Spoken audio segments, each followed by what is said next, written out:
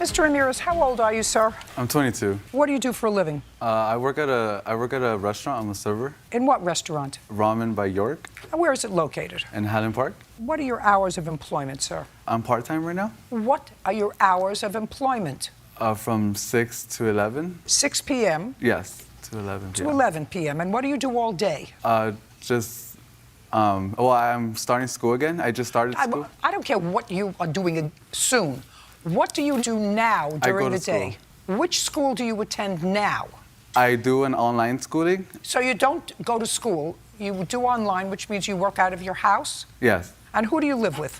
My parents. And what do they do? Construction. They both work? Yes. Are they working today? No. Where are they today? They have regular activities that they do throughout the day. I have a little sister, so they take care of my sister. What are they doing today? I have no idea. They're out doing their own thing. But they're not working today? No, I don't think so. And where is your little sister?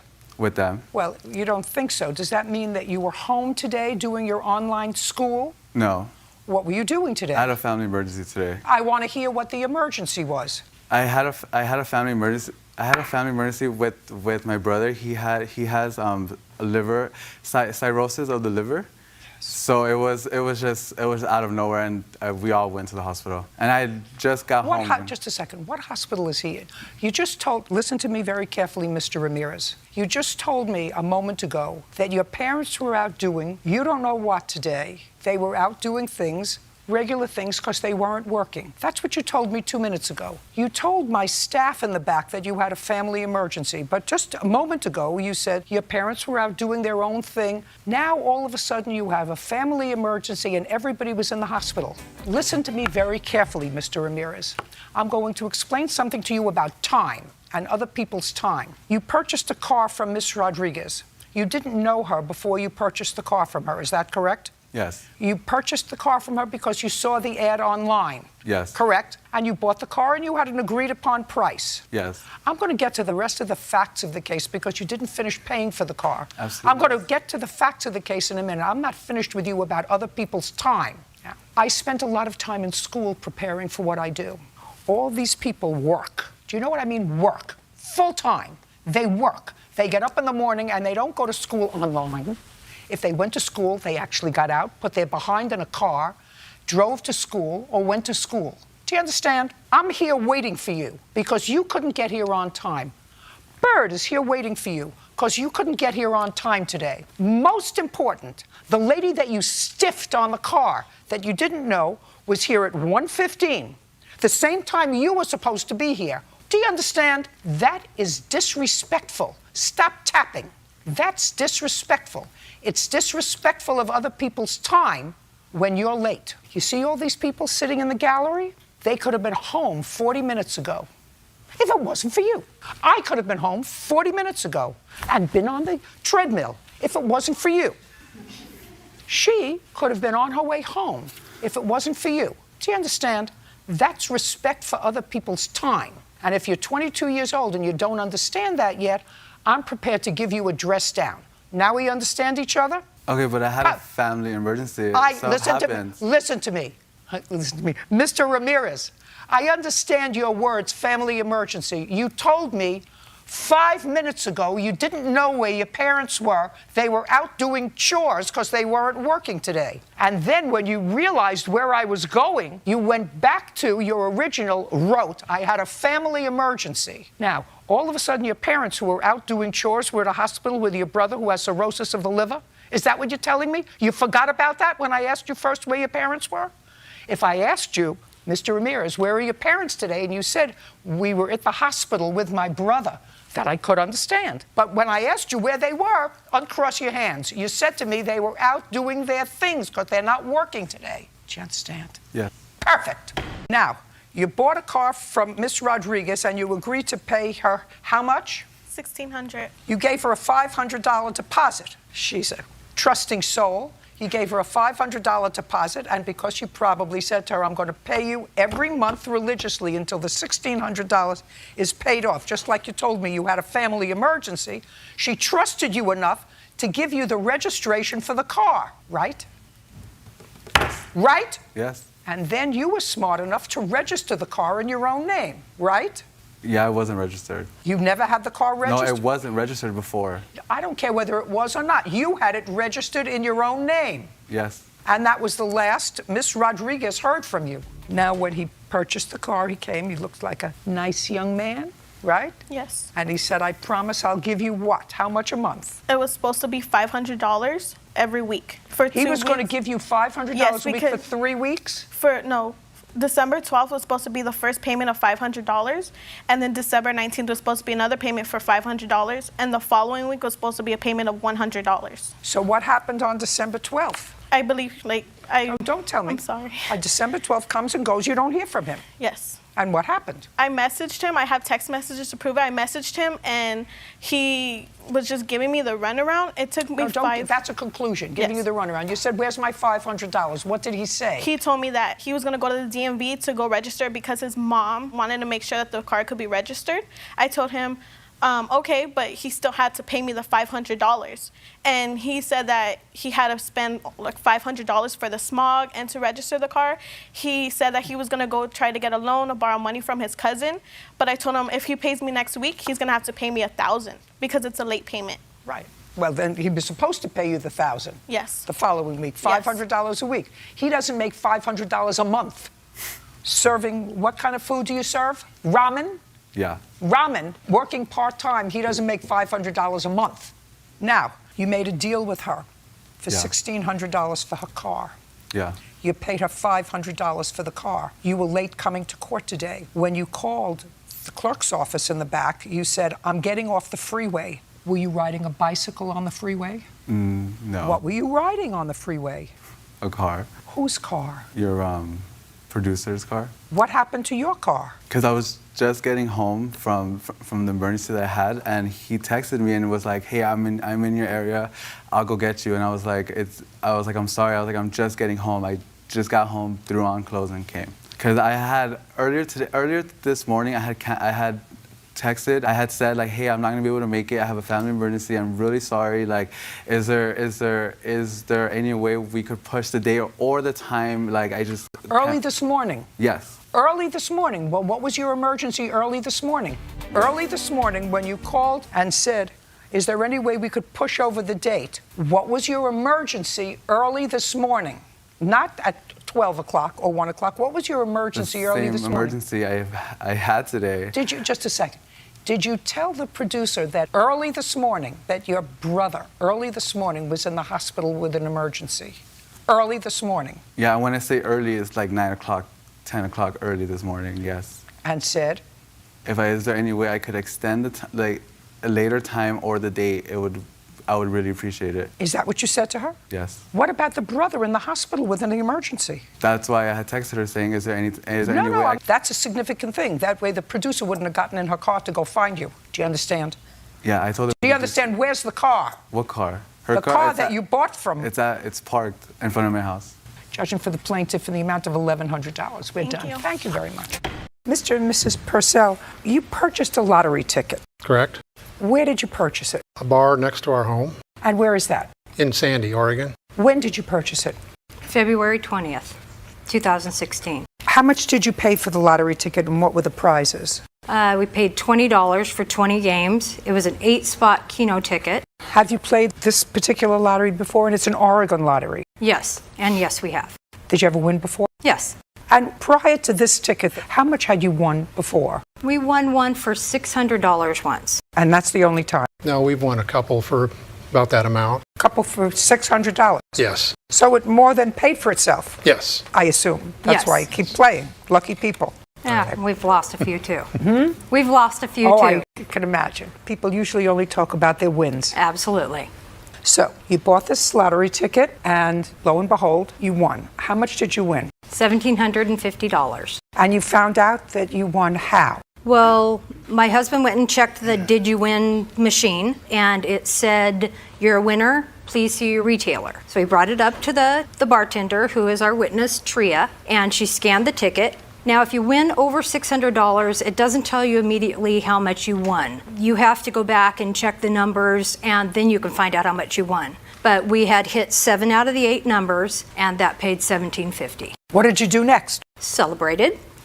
And then the next day, I went and got a claim form, which you can get right there at the saloon. And I brought it home, and Dave, my husband, filled it out the next day. Listing your name, your address. It was in my name. He put the claim form in my name. He even took a picture of the ticket. Okay. We put it in the claim form and sent it out the next day. And you have a picture of the ticket? Yes. Correct. And then what do? They send you a check? Yeah, you send it into Salem, Oregon, and it usually takes about 3 days to get it back. And it didn't come back? And it didn't come back. And you began investigating. And you had the picture of the ticket with the numbers. Yeah, we waited the 2 weeks that they tell you to wait. On the 15th day, I called down there to Lottery and gave her my last name and the numbers. I said, we didn't receive our money. Well, they didn't have any of our information. So I told Dave, someone claimed our ticket. Somebody stole our ticket. So that's when I put in a public records request through the Lottery and received his information. Okay, and that's how we get to the defendant who cashed your lottery ticket. Correct.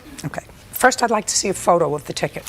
He has it on his phone that is actually date stamped. I have a picture of it here, but if you'd like to see it with the date on it, I would. that's the picture of the ticket, and then he has it on his phone also. That was taken in February. Got it.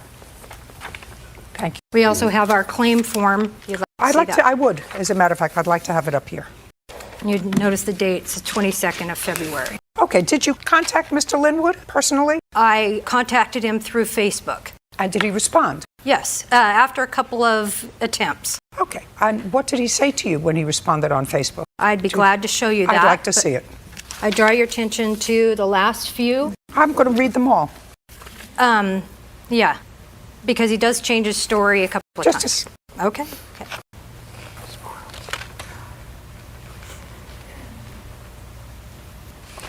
What do you do for a living, Mr. Linwood? I drive forklift, I do retail, and I do warehouse work. Let's try to get one cogent story, sir. Okay.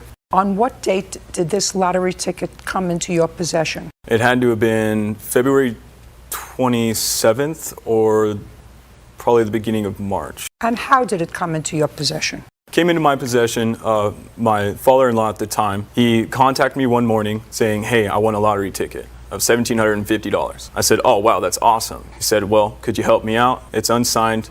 Can you turn it in for me? Because if I turn it in, I'm afraid that child support will take most of it. And I said, yeah, sure. What do you do for a living? I'm a well driller. What's your last name? Richard. On what date did this lottery ticket come into your possession? It was on a Friday night. I was at a bar called the Country Corral. You go to the bar often? No, I played video poker that night. Is this bar near to where you live? Close, yes. You never know where I'm going to be going, Mr. Richard. Right. Do you understand? I got you. Great. So it's close to where you live, and you've lived at this address for how long? Probably 2 months at the time, Why 2 months? because I relocated. With whom did you relocate? My daughter and my son-in-law. The three of you moved into this place together. Am I understanding that you moved into this new place 2 months before, so that would have been in December, with the defendant and your daughter? Correct. You see how you don't know where I'm going, so you understand that? Yes, I do, Your Yes, you Honor. do. So now you're at a place with Mr. Linwood, and Mr. Linwood just told me that he got a call from you. Now he lives with you. Why do you think that I would believe that since you were living with him, he would call you instead of discussing it with you when he saw you at home? Why do you think that, Mr. Linwood? Well, Well, get to think fast. Just tell me why you think that he would call you, and you would have a record of that, correct? On your phone log that he called you. I do not, Your Honor. It was an old No, phone. but why do you think he would call you instead of discussing it with you in person? Because clearly he wanted you to do something illegal, right? Right? If he was looking to avoid child support, he was looking to do something illegal, right? Yes, Isn't that something you would want to discuss in person with somebody rather than over the phone? absolutely, Your Honor. So why would you think if he was living with you, he would discuss that with you over the phone? And by the way, where did you get the call? I got the call. I was at my house, and where was he? He's not always at the house. It's going to get better. I'm going to enjoy it better. All right. Now, Mr. Richard, Your Honor. do you understand? This is not going to turn out well for you or for him, because I read his texts back and forth to the plaintiffs, and his texts back and forth suggest to me he clearly knew that he came into possession of this lottery ticket that did not belong to him. And you knew that if you were involved, that you came into possession of the lottery ticket that didn't belong to you, because immediately what he said was, please don't go to the cops. I will have your money, please. And the first thing he said was that you gave him the lottery ticket as a gift. As a gift. As a gift. But then he said that you didn't give it to him as a gift. He said you asked him to cash it for you so that you could avoid child support. Which one do you think it is? Gift. It was a gift to him. Yes. Well, then he had the money, you see. Then 2 weeks later, 2 weeks later, he had the money. He said, I didn't spend most of it. I have $900. Then he said, I have $1,400. I have to wait until I get paid, but I'll get it all back to you. And then all of a sudden, your tone changed, Mr. Linwood. Yes, it did, Your Honor. And why did your tone change? Your Honor, my father-in-law told me. Your father-in-law is a liar. So he can sit down. Sit. And so are you. In a short space of 2 pages, you changed your story 3 times. Yes, I did. And you swore, and just a second, and you swore to me that he's a liar. Do you want to know why? Why? Because he just said to me that it was a gift to you. And your answer says he asked me to cash the lottery ticket for him, and this is a sworn deposition, because at the time he owed back child support, and he was afraid that his winnings would be taken away from him. Now, he just swore to me that he made this lottery ticket gift as a gift to you. It was not a gift, Your Honor. Well, so then you just called him a liar. So he's a liar. Yes. That's what I said. That's why I told him to sit down. You see, and you came together. And you two are so stupid you can't even get your stories together. You slept in the same hotel room last night and you can't get your stories together. They ought to give a prize for stupid. Judgment for the plaintiff in the amount of $1,750. We're done. Miss Irish, this is your son. He's a minor. The car that was damaged is probably in your name, so it belongs to you. And it is your claim that Mr. Garland's son hit that car with a baseball bat. You weren't there, you don't know what happened, and Mr. Garland, you weren't there, and you don't know what happened either. That's correct, Your Honor. Why don't you both sit down? So now I have my prey. Mr. Hochberg, what's your first name? Nick. What is this young man's name? Matthew Magruder. And your first name? Max. You can stand up. Yes, Your Honor. You're Matthew. Yes. Who first had the girlfriend? Me. And what's the girlfriend's name, Nick? Natalie. And who had Natalie as a girlfriend second? That would be Matt. Did you ever date Natalie? I am currently dating Natalie. You are currently dating, and you're Max. Yes. From when to when did you date Natalie? Probably, it was freshman year of high school, so I don't really know the dates exactly. What year are you in now? I'm a senior now. So it would have been 3 years ago. Yes. And when did you date Natalie? It was October 2015 through February 2017. And you are au courant. Correct. Starting when? May of 2016. 2016 or 17? 2017. I'm sorry, Your Honor. On what date did this incident happen with the car? Happened on November 3rd. Who was going to tell me a story that I'm going to believe? He will. You want him to tell the story? Mm-hmm. Forget it. It's your case. Mm-hmm. You tell me the story from the beginning of the evening. Okay, so Matthew Magruder texted me and asked me if I wanted to hang out with him that night. Do you have those texts? I do not, I don't think. Do you have the texts? Your Honor, no. So we don't have the text messages. Right. Let us assume that that's what happened, that Matthew texted you and said you want to hang out. Now, were you friends even though you dated Natalie first? Yes, ma'am. And he dated Natalie second? Yes, ma'am. And so what did you do? So we met up at Qdoba, the Mexican grill. What time? Probably 9. Don't look at him. Sorry. Over here. You met up at a Mexican grill at about 9 o'clock. Mm-hmm. What happened next? Matthew had called Max to ask him if he wanted to talk about the situation that they had going on. Just a second. Matthew wanted to speak to Max. Right. When did he tell you that? I was in the car with him when he called him. So now you're not in the Mexican Grill. You're sitting outside in whose car? In Matthew's car. How did you get to Matthew's car? In my car. We met up at Qdoba and we were hanging out at Qdoba. So you left your car, you got into Matthew's car. And when you got into Matthew's car, Matthew said, I'm going to call Max. Yes. And the conversation with Max had to do with Natalie. No, not necessarily. Well, what do you think that he wanted to talk to him about? What do you think? Probably Natalie. Yes. I've had 5 children. I have 13 grandchildren. 2 of them are small. They're not there yet. I want to tell you what I know about teenagers. Most of the time when their mouths are moving, they're lying. Right. I picked on you because I'm hoping that you won't be foolish enough to lie to me. Do you understand? Yes, ma'am. Him, I'm not sure about. Do you understand? Right, yes.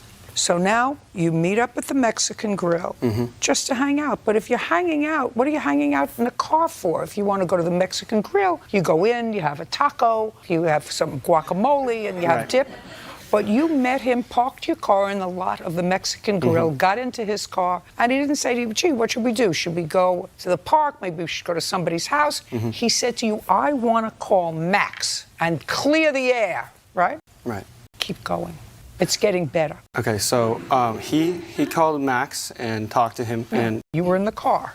yeah, and I was in the car at the time. I want you to tell me, listen to me really carefully. I want you to tell me what Matthew said when he got Max on the phone. So he was talking to Max. What did he say as soon as he got him on the phone? He asked if he wanted to talk. And you couldn't hear the answer, Right. I assume. And then what did he say? And then he was given an address, I believe, and Matthew, You mean Matthew was given an Yeah. address? So Matthew couldn't. I believe that Matthew couldn't talk to him over the phone. I don't care what you believe. I want to hear what you heard in the car. Right. So he got an address from Max and said that he would come there. Now what you're doing is you're with Matthew because you know Matthew was annoyed with Max. Don't say anything. Don't move your head. Do you understand? Yes, Your Honor. Perfect. So far, you understand, Nick, that there is absolutely no reason for you to be in the car with Right. Matthew to go over to Nick's house to discuss his ex-girlfriend with her current boyfriend. That's going to result in anything good. Correct. You understand that? Correct. I did. I just want to make sure you understand that. Yes. Because your mother gave me a whole thing here in the complaint that makes it sound as if the 2 of you should have halos on the top of your head. And I know that that's a lot of baloney. Correct. So you go over to Max's house. Well, I had gotten in my car now with another friend of mine. Just a And then- second, you got another friend? Yeah, I had. Just a second. Tell me about the other friend that you had. He was with me when we drove to Qdoba, and then Just we a second. And then we talked to Matthew. Did he get out of your car, or was your friend waiting in your car? Well, we were kind of just hanging out around the cars. We weren't really in anyone's car. We were just hanging out around the 2 cars. You told me a moment ago that Yeah. you were in. I was in- That you yes. were in the car Yes, that's correct. with Matthew. Yes. Where was your friend? He was around the car too. I don't know exactly where he was, but he was around the car. But not in the car. No. Now Matthew gets an address. What's the next thing that Matthew says to you? Well, he wanted me to go up to the house with him, but I necessarily didn't really want to go up to the house, but I had nothing else to do, so I followed him up there. You got where this is going? Yep. You got where this is going?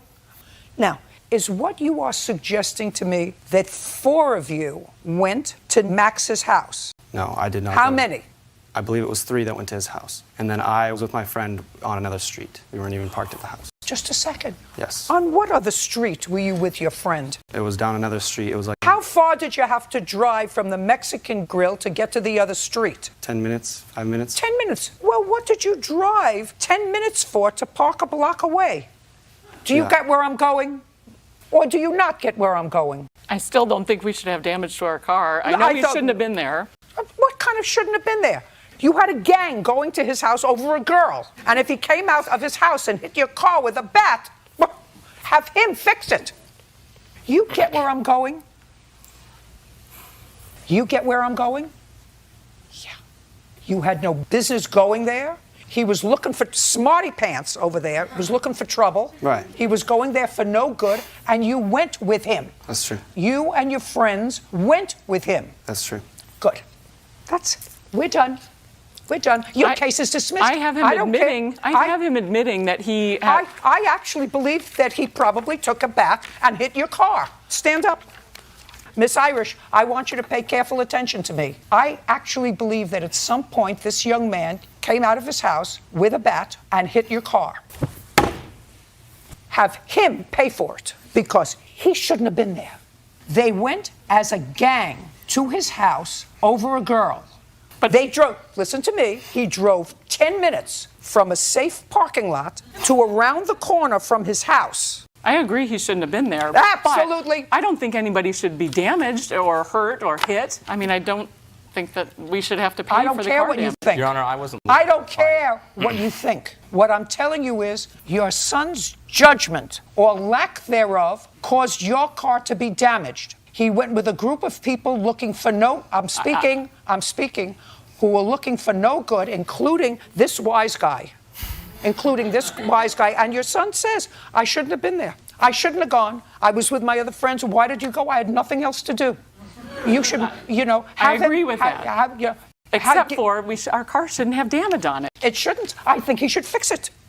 I think your son should fix it. I have evidence from Max saying he wanted to pay for the car. I don't care. That's why we're here. If he wanted to pay for the car, he should have paid for it. Your Honor. I'm telling you, I believe that Max hit the car with a bat. He's not paying for it.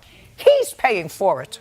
Because your son should never have been there. And that's the lesson that you're supposed to teach him. You're supposed to teach him, don't get involved in incidents that could become dangerous for you or somebody else. This smarty pants was looking for no good, and he knows it, and he went with him anyway because he had nothing else to do, he and his other friends. So you pay for the car. And if you want the appropriate person to be charged for it, charge the one who had nothing to do that night. We're done. Goodbye. Mr. Hazelton, the defendant is your mother, and it is your claim that she had you falsely arrested a little over a year ago for both stealing her property and for assaulting your sister, who tried to intervene and prevent you from taking her television. That's what the case is about. You spent, according to you, 6 days in jail. You finally bailed yourself out, and you want to be compensated for that. That's what the case is about. Okay. Prior to being arrested last year, when you were arrested on your mother's complaint, how many times had you been arrested before? A bunch. How many? More than a dozen? I could say yes. And were those, at least some of those arrests, drug-related? No. Were they alcohol-related? No. Were they physically related? Were they assault cases? Some. But what does that got to pertain to this case? Everything pertains to this case. Was some of them involving theft? No. Was some of them involving trespass? No. So they were all involving assault. More than a dozen cases. What I'm gathering now is information. So of the more than a dozen arrests you had, none involved drugs, none involved alcohol, none involved theft, none involved trespass, all involved assault. Is that a yes or a no? That's a no. What else did they involve other than assault? I'm just talking about this case, Your Honor. I'm talking about who the I'm party... going to talk about this case at hand. If you don't want to discuss this case, then we can just dismiss it. Great. Then I'm dismissing it. Thank you very much. All right, We're thank done. you. You have a good day. Mr. Hazelton, Officer Byrd tells me that you have had second thoughts about answering the court's questions, and you're asking me to reconsider the dismissal of this case. Is that correct? That is correct, Your Honor. Okay. So then let's get back to where I was questioning you before. According to your answers previously, you've been arrested at least a dozen times, none involving drugs. Is that correct? That is correct. None involving alcohol. That is correct. None involving burglary. That is correct. None involving theft. That is correct. All involving assault. That is correct. 3 times. So of the more than dozen times you've been arrested, it is as a result of either temper or a mental illness, if it wasn't drug or alcohol related. No, my anger gets the best of me. Well, that's an uncontrollable... It's an uncontrollable issue. For which you've been or not been in treatment? Not. Is it correct, Miss Hazelton, that your son never had either a drug or an alcohol problem? Alcohol. In October of 2015, Mr. Hazelton, how were you supporting yourself? By working.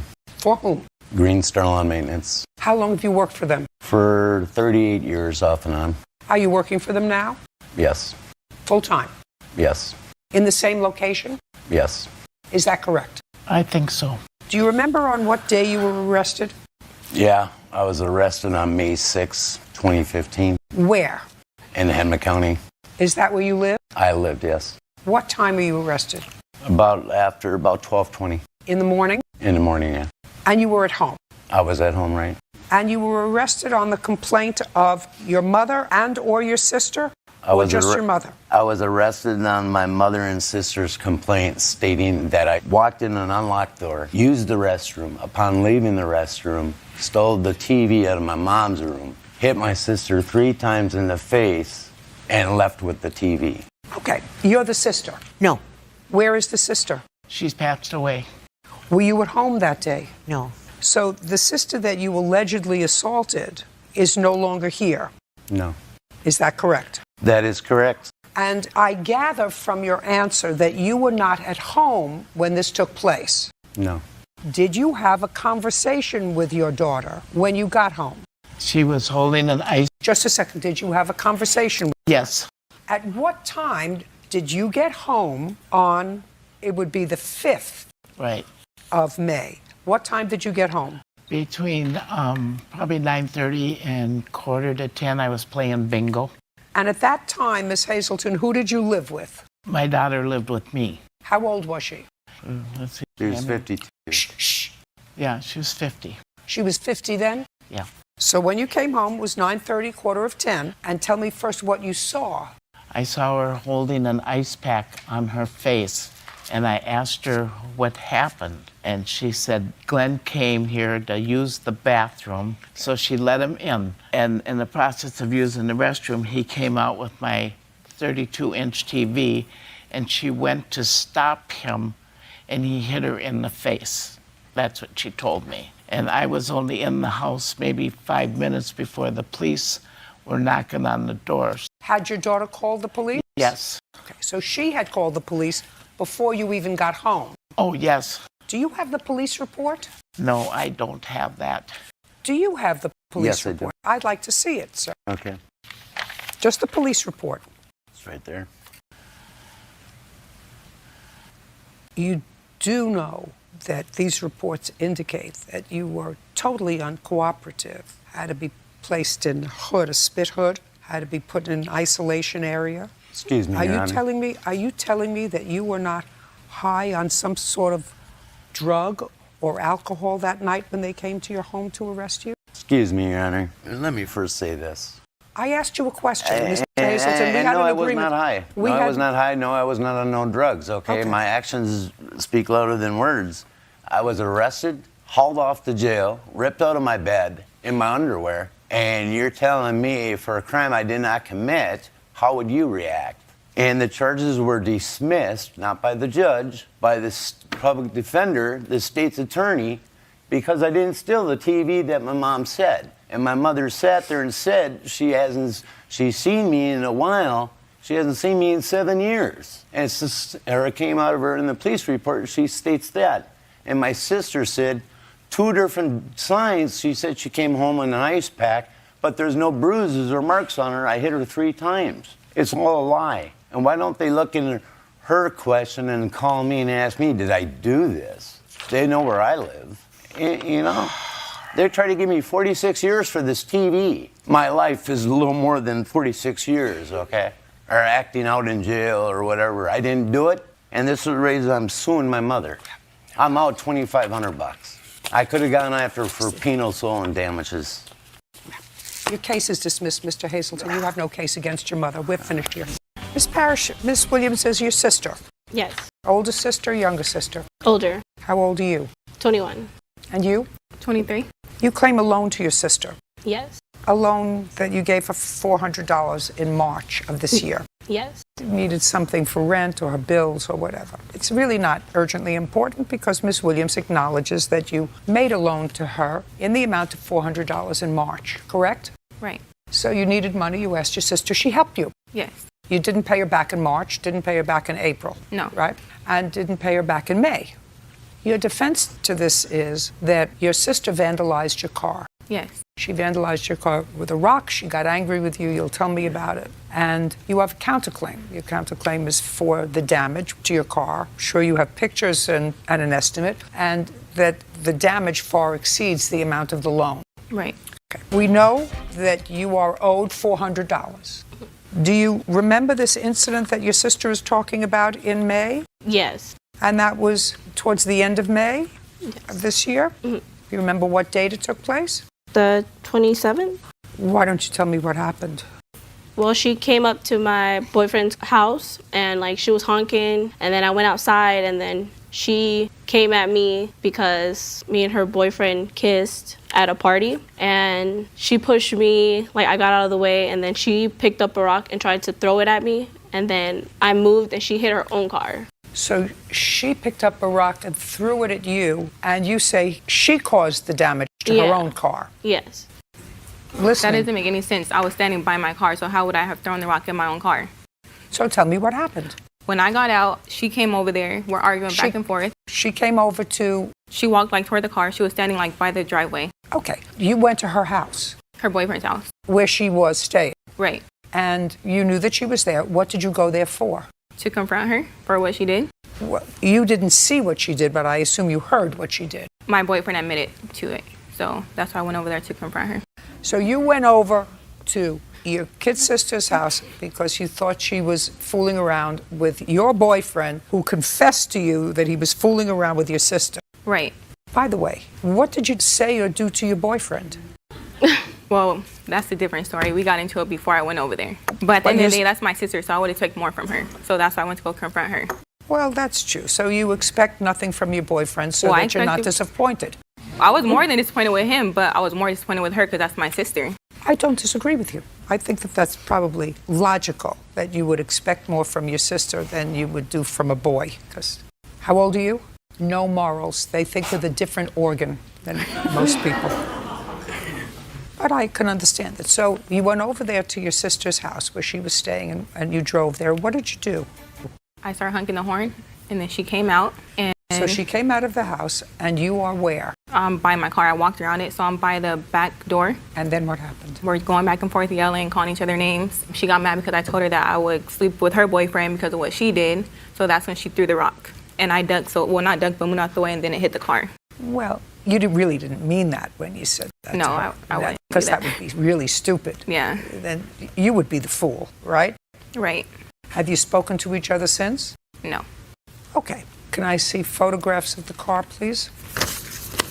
What kind of rock caused this damage? Like a little boulder. It was like a large rock. Like there's like a little garden and there's rocks around it, and that's the one she grabbed. Do you have an estimate for fixing it? Yeah. $816. Minus $400 is $416. So you lost the loan, and she's getting her car fixed. Judgment on the counterclaim in the amount of $416. We're finished. Thank you. So now we're in September. In September, did he give you a check? So what happened was on August 30th, I was alerted by the bank that my husband withdrew $1,472, funds that were not supposed to be touched. Our lawyers said, do not touch that money. Was that in a joint account? Yes. Stand up. Did you withdraw $1,472 from a joint account? Yes, ma'am. For what?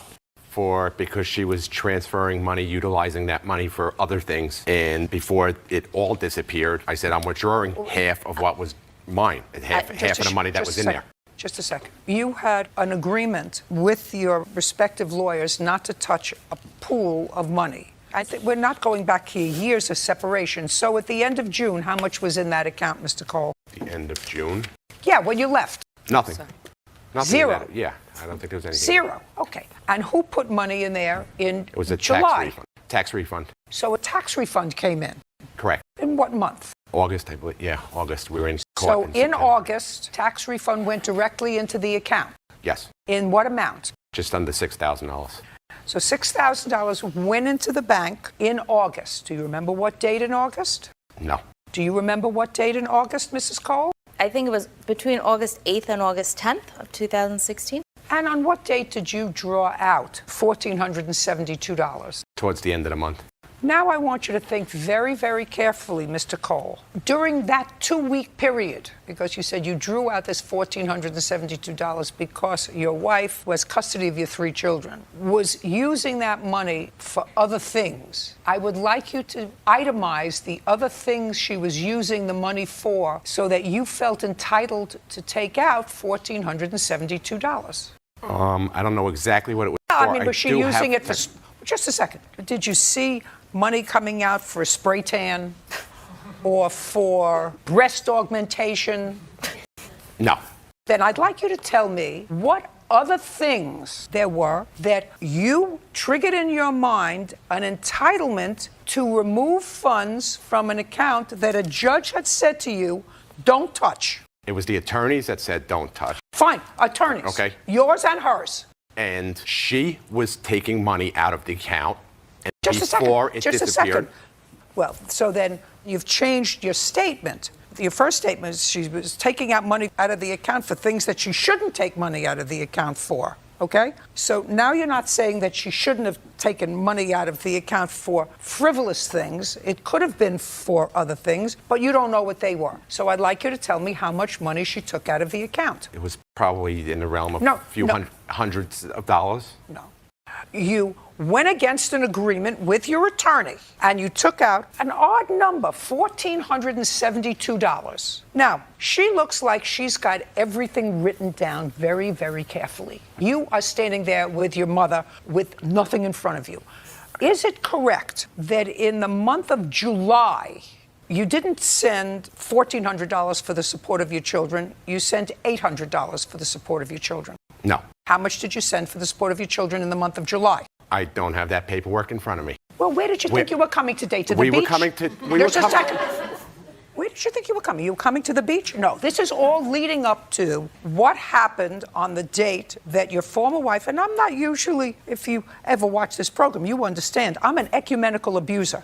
If I think that she did the wrong thing by going to your mother's house because something was wrong with a check, I'll let her have it. But right now, I'm not getting a good vibe from your side. Because first, you tell me that you touched money that you weren't supposed to touch because she was using it for things she shouldn't have. That triggers in my mind, if I didn't ask the next question, going to get gels on her nails instead of supporting your 3 children who are 15, 13, and 11, okay? And you can't support 3 goldfish on $1,400 a month. Do you understand? Ms. Hill, you're the owner of a rental property that the defendant was renting from you since 2015. Correct. What kind of rental property is it? A single family home. Do you own the home? I do. When did you purchase it? In 2012. Did you purchase it as a rental property? I did not. I lived in the residence before renting it to the defendant. Who did you live there with? My daughter. And why did you move out?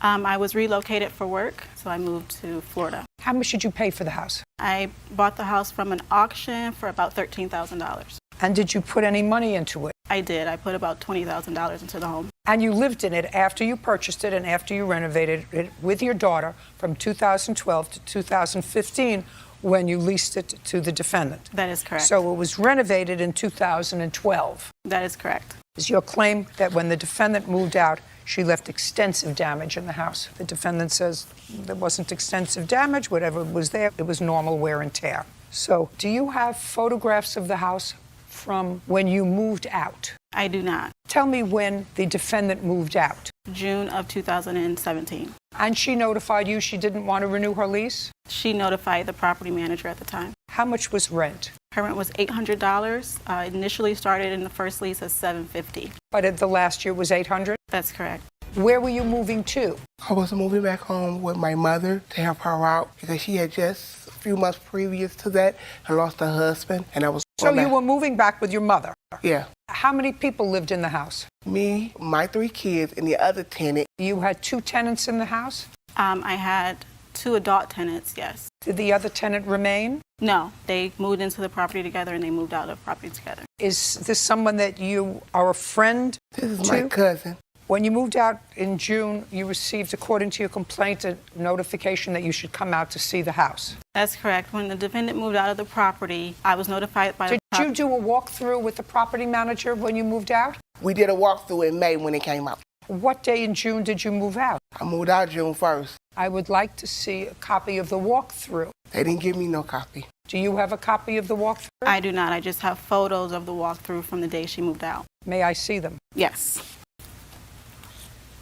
Who's writing on the walls? My 8-year-old daughter. Well, that's ridiculous. Yes, it is. Who told her that that was an appropriate thing to do, to write on somebody else's walls? Each time she done it, she was put on punishment for it. This isn't a one-shot deal of her writing on the walls. She wrote on the walls often, at different times. Mm-hmm. Well, who was supervising her? Who was supervising her? That's my question. You have the answer. She might have been upstairs after she left the bathroom or whatever. Show this to the defendant, please, and tell me who did that to the blinds. Okay, these blinds, I see the pictures, and... Who did that to the blinds? My same 8-year-old. Who did this to the walls? Holes in the walls. By me living there, I will take responsibility for the holes in the wall. Same person I just showed you about the other two is the same one who was doing all the damage. What happened to the kitchen cabinets? Okay, where you see the paint coming off at, it was painted gray, and by me cleaning the cabinets with bleach, the bleach, what they did was damage the cabinet, and the paint started coming off, and that's why the cabinets was like that. You have communication from the property manager? Yes. I'd like to see it. That was the afternoon of the walkthrough where... Could you please show this to the defendant? He and the contractor took photos and also gave me the estimate amount of damages. That's not true with that picture. Is she living with you now? Mm-hmm.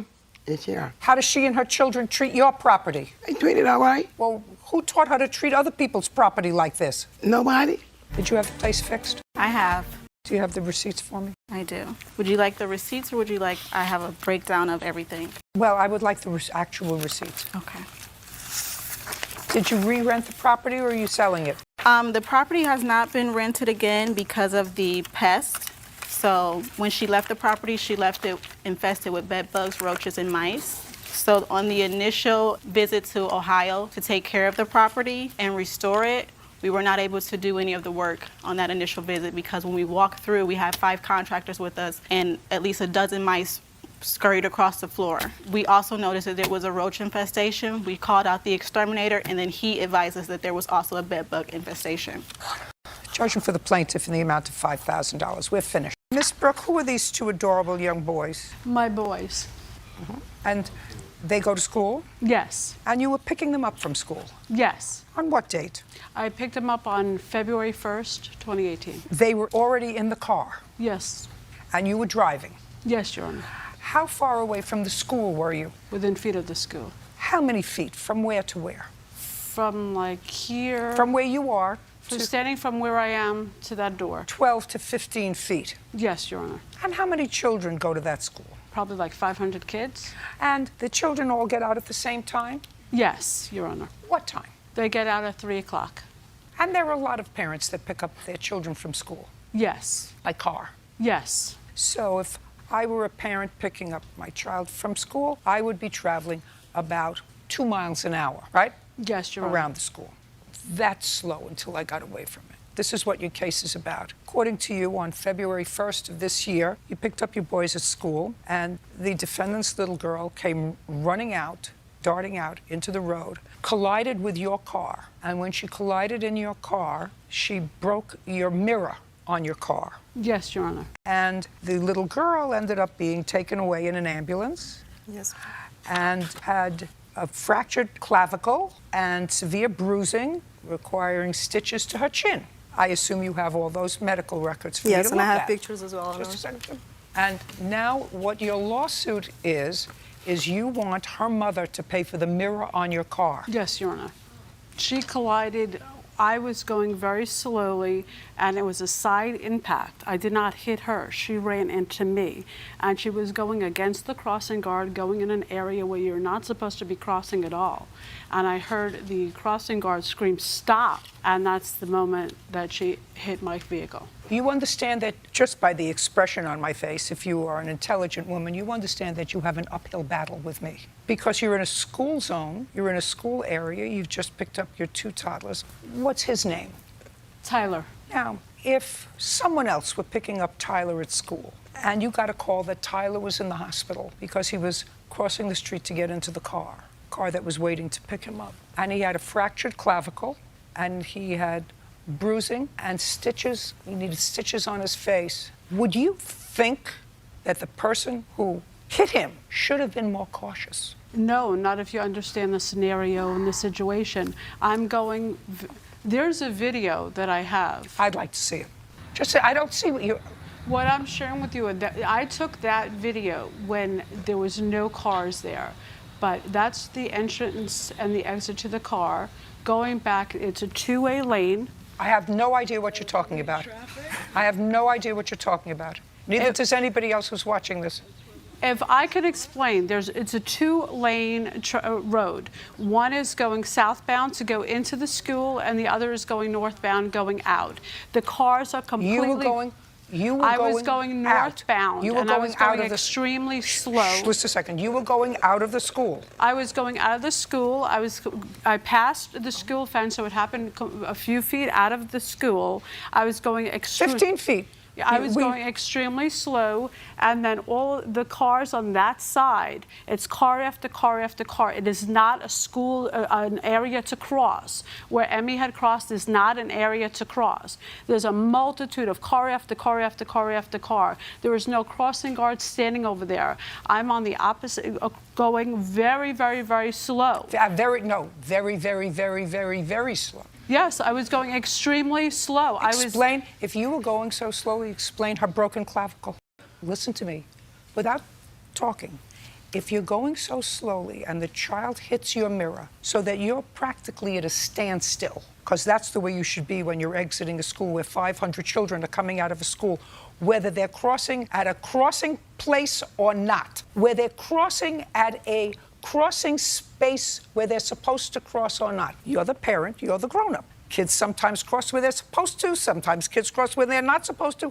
Until I don't see any children anymore, I'm gonna be crawling out of here. So if she hits your car, if she runs into your car, she can't run with the speed to cause her clavicle to break unless your car is also moving. And it may not have been going 30 miles an hour, maybe it was going 10 miles an hour, but fast enough for you to injure her. Because if your car wasn't moving that fast, she wouldn't have been that injured. I don't know if she was that injured. I'm going to take a look. It was a side impact. It was not a front impact. It was a side impact. There was nothing. Just a sec.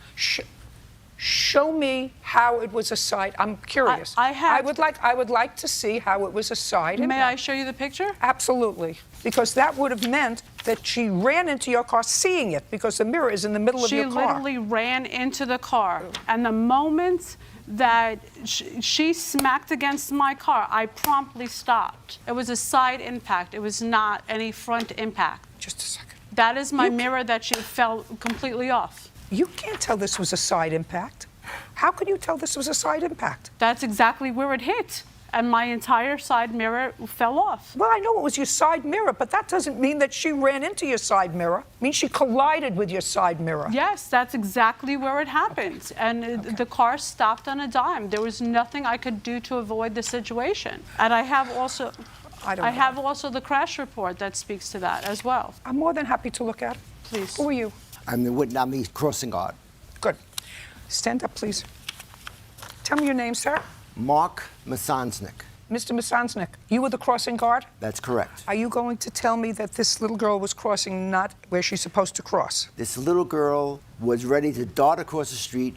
She's supposed... No, don't tell me what she was ready for. Okay. I want you to answer my question first, and then I will elicit the information that I need. She was not crossing in a designated area. Correct. Did you see her when she was about to step off? Yes, I did. Did you tell her not to cross? I yelled at her to stop.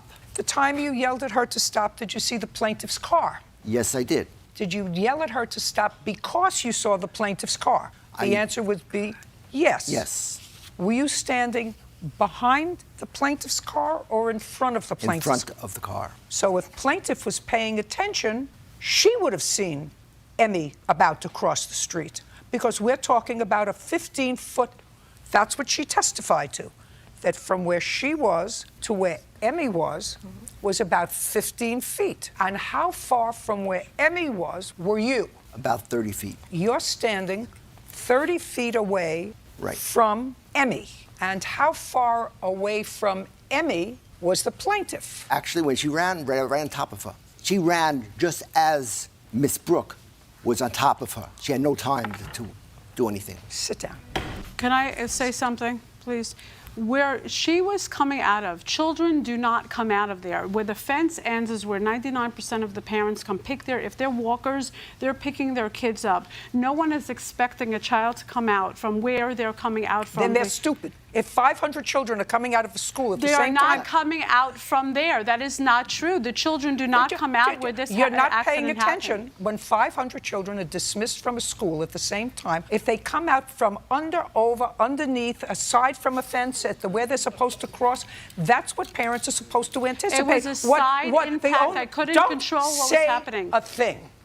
Don't say a thing. It was a side impact. I did not hit her. She ran right into me. As soon as she ran, I stopped. I did not see her because I didn't expect the child to come out where they're not supposed to. That's your problem. That's exactly right. You did not expect her to come. She came out of the wrong place. She came out from a place she wasn't supposed to come. I buy it. 100%. I buy it. You're the grown-up. Anticipate an 8-year-old or a 9-year-old is going to come out, cross the street. Not from the side. I could. Listen, she's not fixing your mirror. No. Get it through your head. She's not fixing your mirror. You should go like this. What a tragedy this could have been. What an absolute horrendous ending. Just because a person is driving a car doesn't mean that person is wrong. It was a side impact. Just a second. I didn't so far say you were wrong. I said to you, you're the grown-up. You're supposed to anticipate. And instead of suing her mother to fix your mirror, what you should be saying is, thank God I didn't kill her. Thank God my car didn't. Instead of her hitting her clavicle on the mirror, she could have hit her. If she was shorter, like Tyler, she would have hit her head on the mirror and would have been gone. And then if she were gone, would I have sued her mother for the damage to my mirror? I'm asking you a hypothetical question. What instead of breaking her clavicle and causing some stitches, the collision between the child and your car killed her? Would you be suing her mother for the broken mirror on your car? I want you to think about your answer very carefully. I just want to find out who I'm dealing with. Instead of hurting her, you killed her.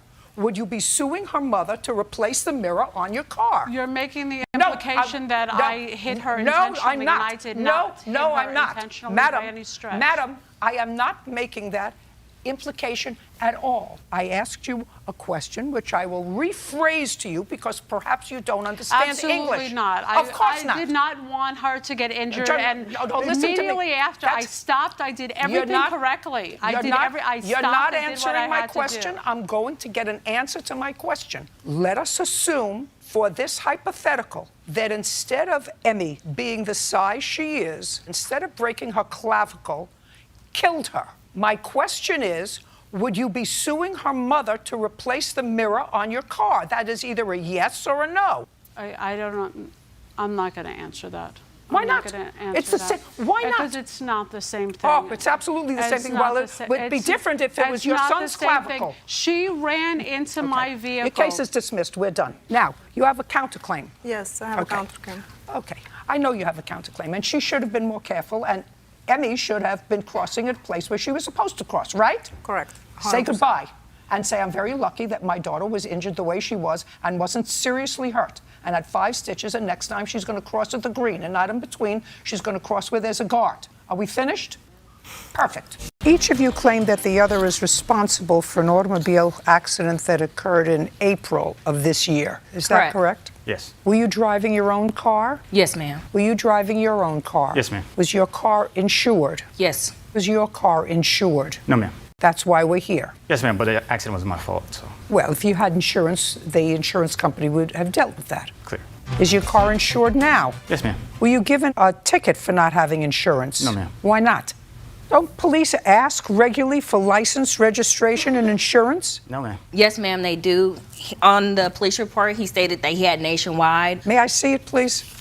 You told the insurance company you had nationwide insurance. No, ma'am. I've been with USA since 17 years, ma'am. So they made this up when they said insurance company nationwide. What kind of car were you driving? I had a 2013 Nissan Rogue. And you, sir? 2003 Infinity. Where were you going? Actually, ma'am, was going toward the lounge. What time? I think it was about 10:30, ma'am.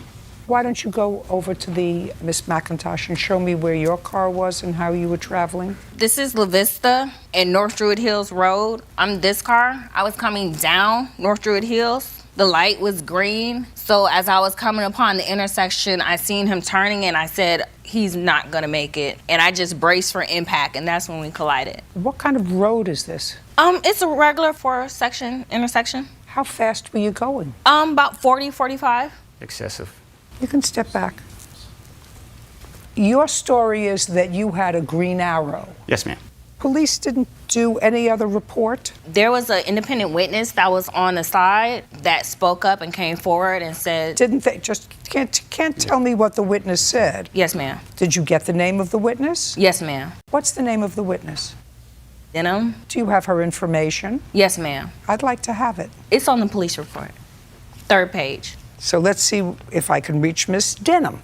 If not, it's not going to go well for you, sir, because you don't have insurance. You understand that? Well, I have a witness. I don't care. So this idiot who was driving in the car with you, who was going to testify on your behalf as a witness, I'm not interested in. Because if you think that I think, or that any normal person would think, that you would bring a witness who was with you in the car to testify that she was in the right, why do I have to waste my 3 minutes asking him a question?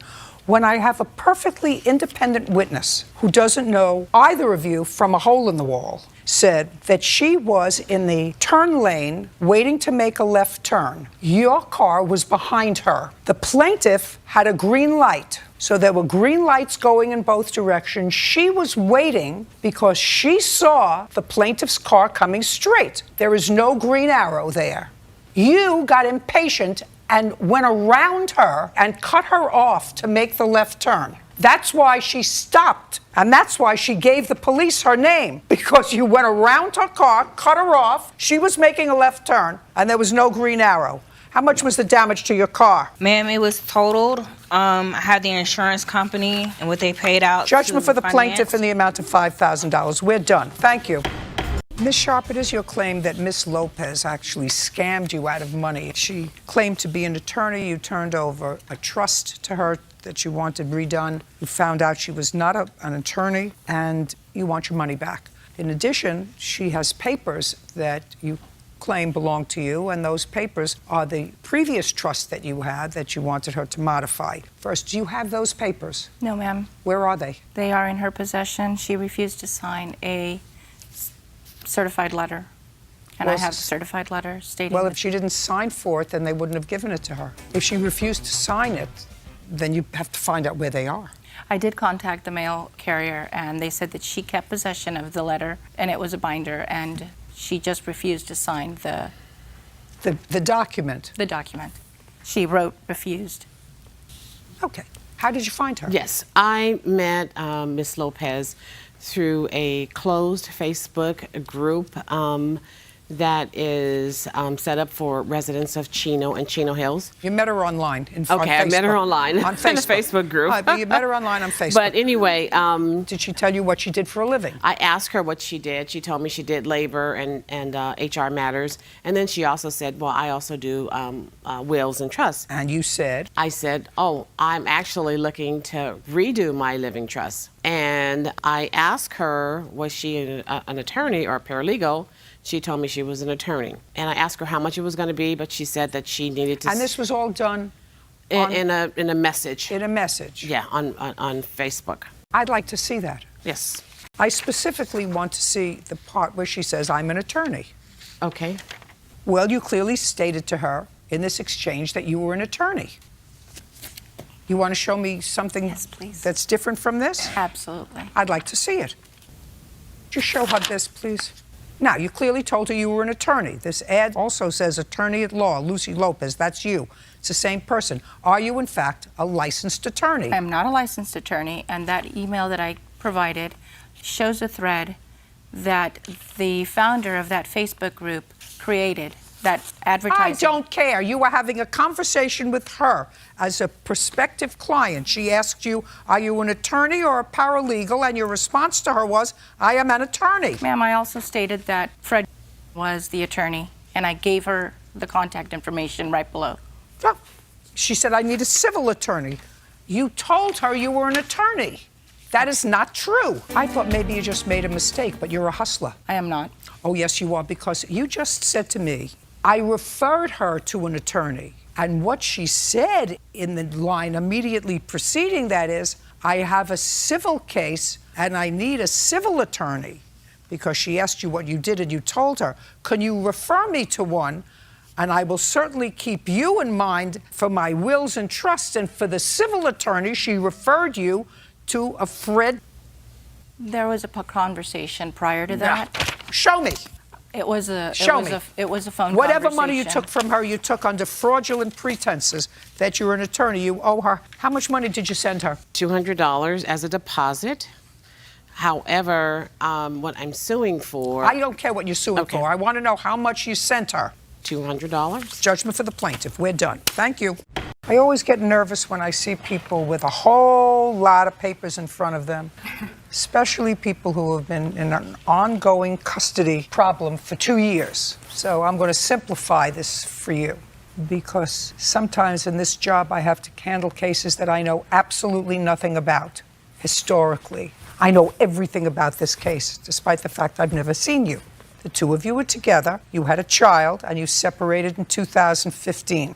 And since that time, there has been an ongoing acrimonious relationship which culminated just recently in a custody decision. So far, am I correct? Yes, ma'am. There you go. And the custody decision was something that you didn't like, because it awarded Mr. Kittle, according to what I read, 50-50 custody. Is that right? Yes, ma'am. And this is something that you did not initially agree to. It's okay with me that the decision was That's made. not what I said. I said you did not initially agree with it. The answer is, if you initially agreed with it, it wouldn't have been in court for how long? It's a year and a half, so almost A year and a half. Because if you would agreed with, is it a boy or a girl? a boy. If you agreed with your son spending half the time with each parent, you wouldn't have been in court for a year and a half. Is that a fair statement? Yes. Okay. So now, this is what your lawsuit is for. First of all, how old was your son when you separated? 2. 2. And I'm not going to ask Ms. Kraft this question because she didn't give me a truthful answer when she swore to her complaint.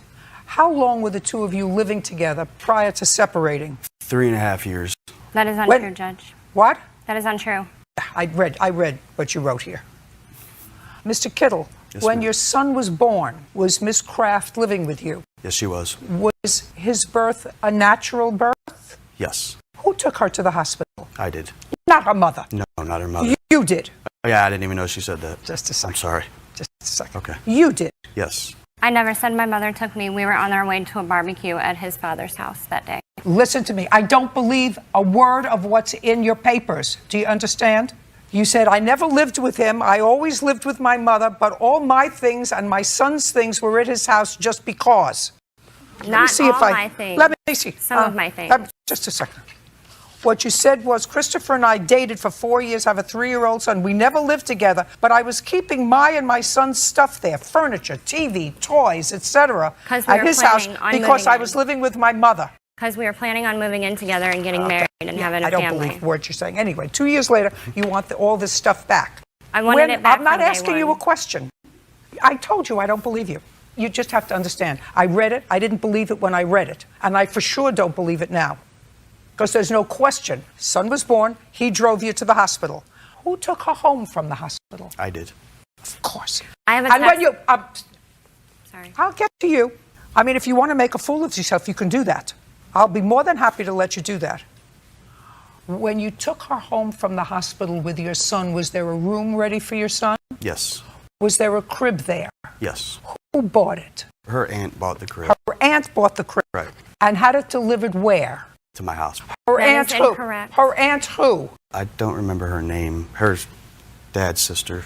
I don't remember her name. Laura, I think it is. It was delivered to my house. It has the address, and I have a receipt with my address on it at my mother's house. I don't care. I don't believe you. Neither did the family court judge. That's why he was awarded 50-50 custody. I have a message from Christopher claiming that I never lived at his house. I don't care. Yeah. Ridiculous. Now, if that's your case, was there a trial with regard to custody? Yes, ma'am, there was. Did each of you have an attorney? Yes, ma'am, we did. You have an attorney? Yes. How many witnesses did you call? Called yourself? Yes.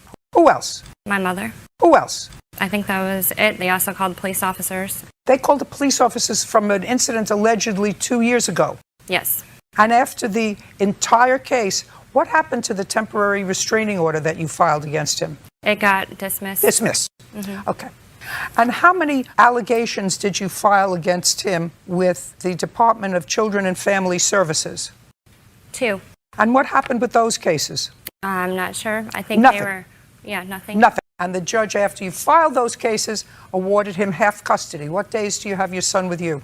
It was 5 or 6 DCFS reports, and I have my kid Friday. Every Friday we swap, so it's 50-50. So I pick him up at 6 p.m. on Friday, and then, vice versa. And how long has that been going on? Since she did the order of protection on me, so 2 years. So that's been in effect for 2 years. Yes. They consolidated both the custody and the order of protection to save us some money. When was this final order delivered by the court after the March trial? 31st. The judgment you're talking about, the custody judgment? I'd like to see it, please. Okay. And the order of protection ended November 18th, 2016. And I highlighted with the juicy stuff. And I never objected I'm not to the 50. Sorry. These were the findings of the court after a full trial. Although the parties never married, they lived together for the first 2 years of life and were engaged to be married. They split up in the fall of 2015, and mother moved in with her mother. After this case was filed, a temporary order of protection which provided for week-on, week-off parenting time. So that's what the judge found. I didn't even read this. After a full trial, that's what the court found, that you and defendant lived together. So it doesn't even matter that he admitted I never lived with him and I have that message? Listen to me carefully. It matters to me what the court found after a full trial. But we're not here about custody right now because it's still an open case. I'm not listening to you. I'm reading. You have another child from another relationship who was living with whom when you were living with Mr. Kittle? With me and my mother, and we'd stay Okay, the night so at the Mr. child- Kittle's house. I can't get a straight answer from you. Who was the child living with? With me. Her older child. Yes. He was not. He was I'm not attending listening to school you. in Belleville. He doesn't have any proof that I was living with him either, and I Very have proof good. Your that I case is wasn't. dismissed. Primarily because you didn't listen 3 times when I told you not to speak. But mostly because you have no case. And you better get used to the fact that when you make a baby with somebody, that baby has 2 parents. I understand. Not just, no, clearly you don't. Clearly you don't. Because after everything was done and you got a final custody decision, which I haven't even finished reading, but it was clear that the judge didn't believe a lot of what you said from my quick perusal of this decision. What happens, unless you learn to get along with each other and co-parent this child is, and I'm telling you from reading what little I did from this judge's order, he's going to end up with full custody of the child because this judge is not going to take nonsense from you. It's clear to me. I'm just telling you, this judge who heard your case is not going to take nonsense from you.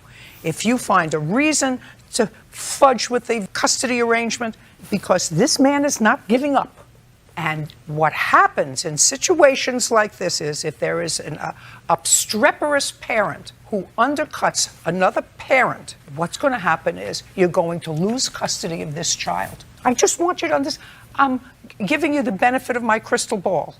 He's keeping all the stuff that's in his house. Even though the I have judge found receipts. I don't care if you have receipts. I don't care if you have toilet paper from here to Pluto. The judge found that you lived together and that you were unemployed since 2008. Do you want me to read the finding? Yes, my mother bought just all the right items. here. I even have Just- bank statements. Mother lives in Belleville with her mother, her brother, her 8-year-old son was born of a previous relationship. Mother is a student. She was last employed in 2008. So a that when you were full-time living with student. him, when you were living with him for 2 years, unless you had some other form of income, he was supporting you. My mother. Your case is dismissed. Ma'am, Listen He to me. never- Listen to me. he Her never case supported is anything of mine. dismissed. I got to Listen to me carefully. I read your counterclaim, which you would never have filed but for this ridiculous lawsuit that she filed. No. Am I correct? Yes. Because I just wanted to be have- over. What? You want it over. Right. I understand that, Right. and you're right. I just want my She's- property. You can't have it. It's not yours. It is mine. I Your have case is receipts for it, dismissed. and it We're was done. paid Put her for. out. Ma'am, you're excused. You're withdrawing your counterclaim, correct? Yes, you are. Oh, well, the Perfect. deductible. Can I just. We're done. Okay, thank you. Thank you. Mr. Burns, this is your complaint. You had purchased a car. Yes. You were behind in the payments. Yes. Mr. Kimball owns a tow truck, and it is his job on behalf of lending institutions to repossess property that has not been paid for. So your car was parked either on the street or in your house. Yes, in front of my house. And this was September 25th last year. Neighbor came to you in your house and said, someone's taking your car. You got outside and you saw Mr. Kimball in his tow truck down the street with your car attached. No. Tell me where you saw his car. I observed Mr. Kimball at the end, like a block away on the passenger side of my car, removing items. At the same time, I was talking to the police when the neighbor had came and got me. I live in a high crime neighborhood area, and first thing she said, it's a black tow truck, and they took your car and went and rolled off. So the car was attached to the tow truck. Yes. That's what I said. Yes. Now, at the time, you knew that you were behind in payments on the car. Actually, I had spoken with the guy who... At the time, you were behind in payments on the car. You acknowledge it. Yes, here. I knew I owed something. Right. So, an intelligent man would know that if you were behind in payments on the car, they may come and get it. Not definitely, but they may come and get it. Well, that was what he was hired for. Who hired you to do this job? Northwest Repossession. Do you know who hired Northwest Repossession? The company would be Quality Auto Sales. Did you buy your car at Quality Auto Sales? Yes. Well, they're the people that hired his company to get their property back. So tell me what you did. Okay, when I observed Mr. Kimball at the end of the block removing items, I caught him on the passenger side of my car. At the same time, I was talking to 911 because I figured my car was being stolen. I had spoke to the person who I previously bought the car from, and everything was fine. I don't believe that, and you don't have that person here. Okay. Okay, because the person that you bought the car from hired his company to repossess your car. Okay, at the same time. Okay. So now, just tell me what you did. Okay, I talked to the police. I asked him who was he. He never identified who he was. Just a second. I want to know what you did. You ran to the end of the block where he was. No, we drove to the end of the block and I observed him. Who drove? My wife did. So your wife drove in her car? Yes. To the end of the block, and then what did you do? I was on the phone with 911 and I told them that I see the guy right there. Just a second. I didn't ask you what you told anybody. Okay, I said, didn't do what anything. did I approached him and asked him who was he. Just a second. So you approached him? Yes. Where was he when you approached him? The passenger side of the car. And what did he say to you? He didn't say anything. He just got up and ran around to the driver's side of the tow truck. And by me living in a high crime neighborhood area, if he would have told me who he was, the situation would have been ended. He didn't identify himself or who he was or who had sent him. It's normally known in my neighborhood. I just live in Chicago. High crime area, and they known for taking cars on tow trucks and driving off. You never find your car again. I asked him who was he. He never identified himself in a professional manner. So I proceeded to talk to the police. I'm like, he right here. He tried to run around and jump in the car. When he jumped in the tow truck, he tried to close the door, and I'm like, he never identified. I'm like, who are you? I'm steady asking him, who is he? He never said anything. So I'm telling the police, next thing I know, he put the truck in drive and almost hit me with the tow truck, so I had to grab on to the handle. It's a safety bar on the side of the tow truck. When he drove off like in a high rate of speed. So I wasn't finna let him get out of my sight because he never identified himself. I feel if he would have identified himself. I know that you said that already. What I'm hearing is, and reading, yes, that you wrote, you jumped on the sideboard. Yes. Okay, you jumped on the sideboard and held onto the sideboard. Yes. And he was driving off. Yes. At a high rate of speed. Yes. And then what happened? He veered on the south side of the street, crashing into some parked cars with me stuck in between the doors. Now you tell me your version, because we'll get to what the lawsuit is about, because he filed charges against you for assault. Yes. You say that they were false. Now he's going to tell me his version of the events. Go. Hi, Your Honor. Okay, you were hired, that's your job, to repossess property that hasn't been paid for. Correct. You got an order to pick up his car. Correct. Start from there. Okay, so I picked the vehicle up, Your Honor. About 7 blocks away, I secured the vehicle. How many blocks away from his house? About 7 blocks. Go ahead. So as I was securing the vehicle to my tow truck, Mr. Burns came up to me and he was very defensive. Don't tell me what you thought about his posture. Okay. He asked me, what were you doing? What are you doing? And what did you say? I said, sir, your car's up for repossession. He said, the car's not up for repossession. He got aggressive, started coming towards me. I backed up. I kept backing up and I went in my truck. He said, put the vehicle down before I beat your, excuse my language. I told him I can't put the vehicle down until I close the door. He did not want to hear that. He stood on the running board. I put the vehicle on drive because it was already secure. I started driving at a slow speed. And he grabbed onto the steering wheel, and then we had smacked into a car. Prior to this, before he had jumped on a running board, he hit me in my side about 2 or 3 times. Where was he when he hit you in your side? He's standing on the running board of the truck. Okay, so he's standing on the running board of the truck, and you're inside the truck. Correct, I'm sitting. And he's standing on the running board. Correct. And how did he hit you? He punched me to the side, so like in my ribs. So if I'm sitting here right now, and he's standing right here, he would hit me in my side. Where was the car that he drove up in? I have no idea, Your Honor. You didn't see a car? Well, he was parked in the street in the city streets, so every car is parallel parking. There's tons of... From his house, he said his wife drove him to where you were. Okay. Did you see her? When he approached, there was a female in the car, yes. Did you see what she was doing as this was going on? She was just sitting in the vehicle. Now, when you say you secured the vehicle, what do you have to do to secure the vehicle? You have to put a safety chain on the vehicle, so the vehicle, when you drive away, it doesn't fall off. So for safety But you features, did, in fact, drive it away a certain, Yes. you said a few blocks. Correct. How was it attached to the tow truck then?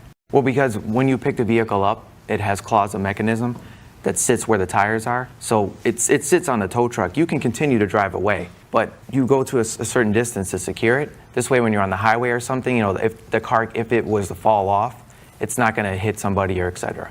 Okay. So then you stopped, when you felt it was safe, you stopped to secure it. Correct. Do you have a police report? Yes, I do. I'd like to take a look at it. And do you have the work order to pick up the car? Yes, I do. I'd also like to take a look at that.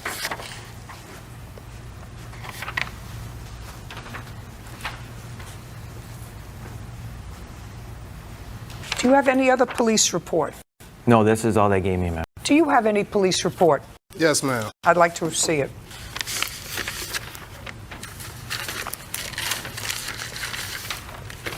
Your Honor, may I say something? Yes. Upon the accident, when the police arrived on the scene, I left in the ambulance because I was injured. And when I got there, they signed me out, and they came with that charge that he talking about that I hit him. That's what the officer said. Not the police officer, but the sergeant. Because the other officers was like, man, we didn't even have time for this. You should have left the scene. That's what the black officers, they was just saying all type of observe. Just a second. Don't tell me what anybody said to you, Okay. Mr. Burns. Okay. You were wrong. No. You were wrong. He ma'am. had authorization to take, just pay attention. Okay. He had authorization to take your car. You had no business.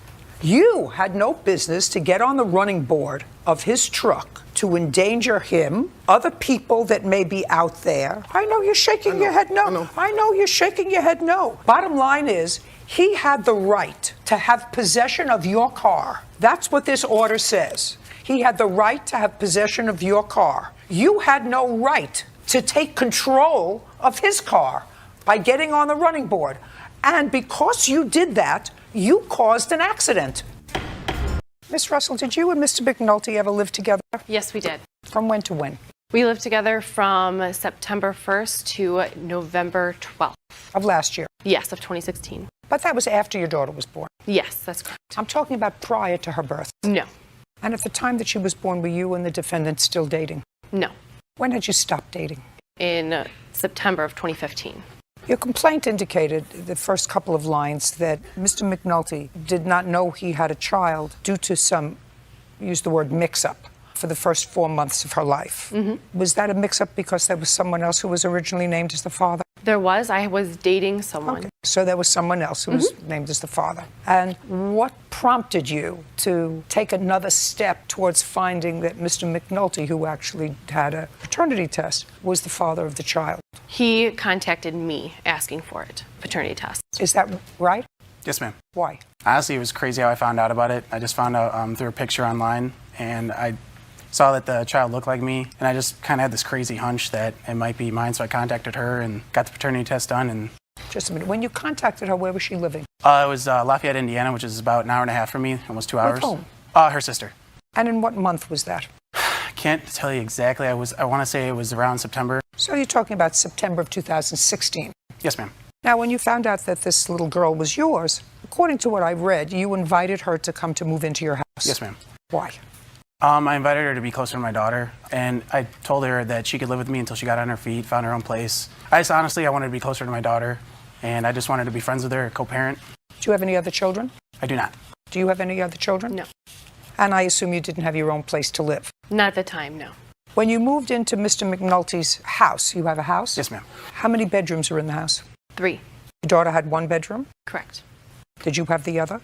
Yes. And Mr. McNulty the third? Yes. So you were living there as 2 parents of a child. You were not a couple. Is that a fair statement? Yes. Okay.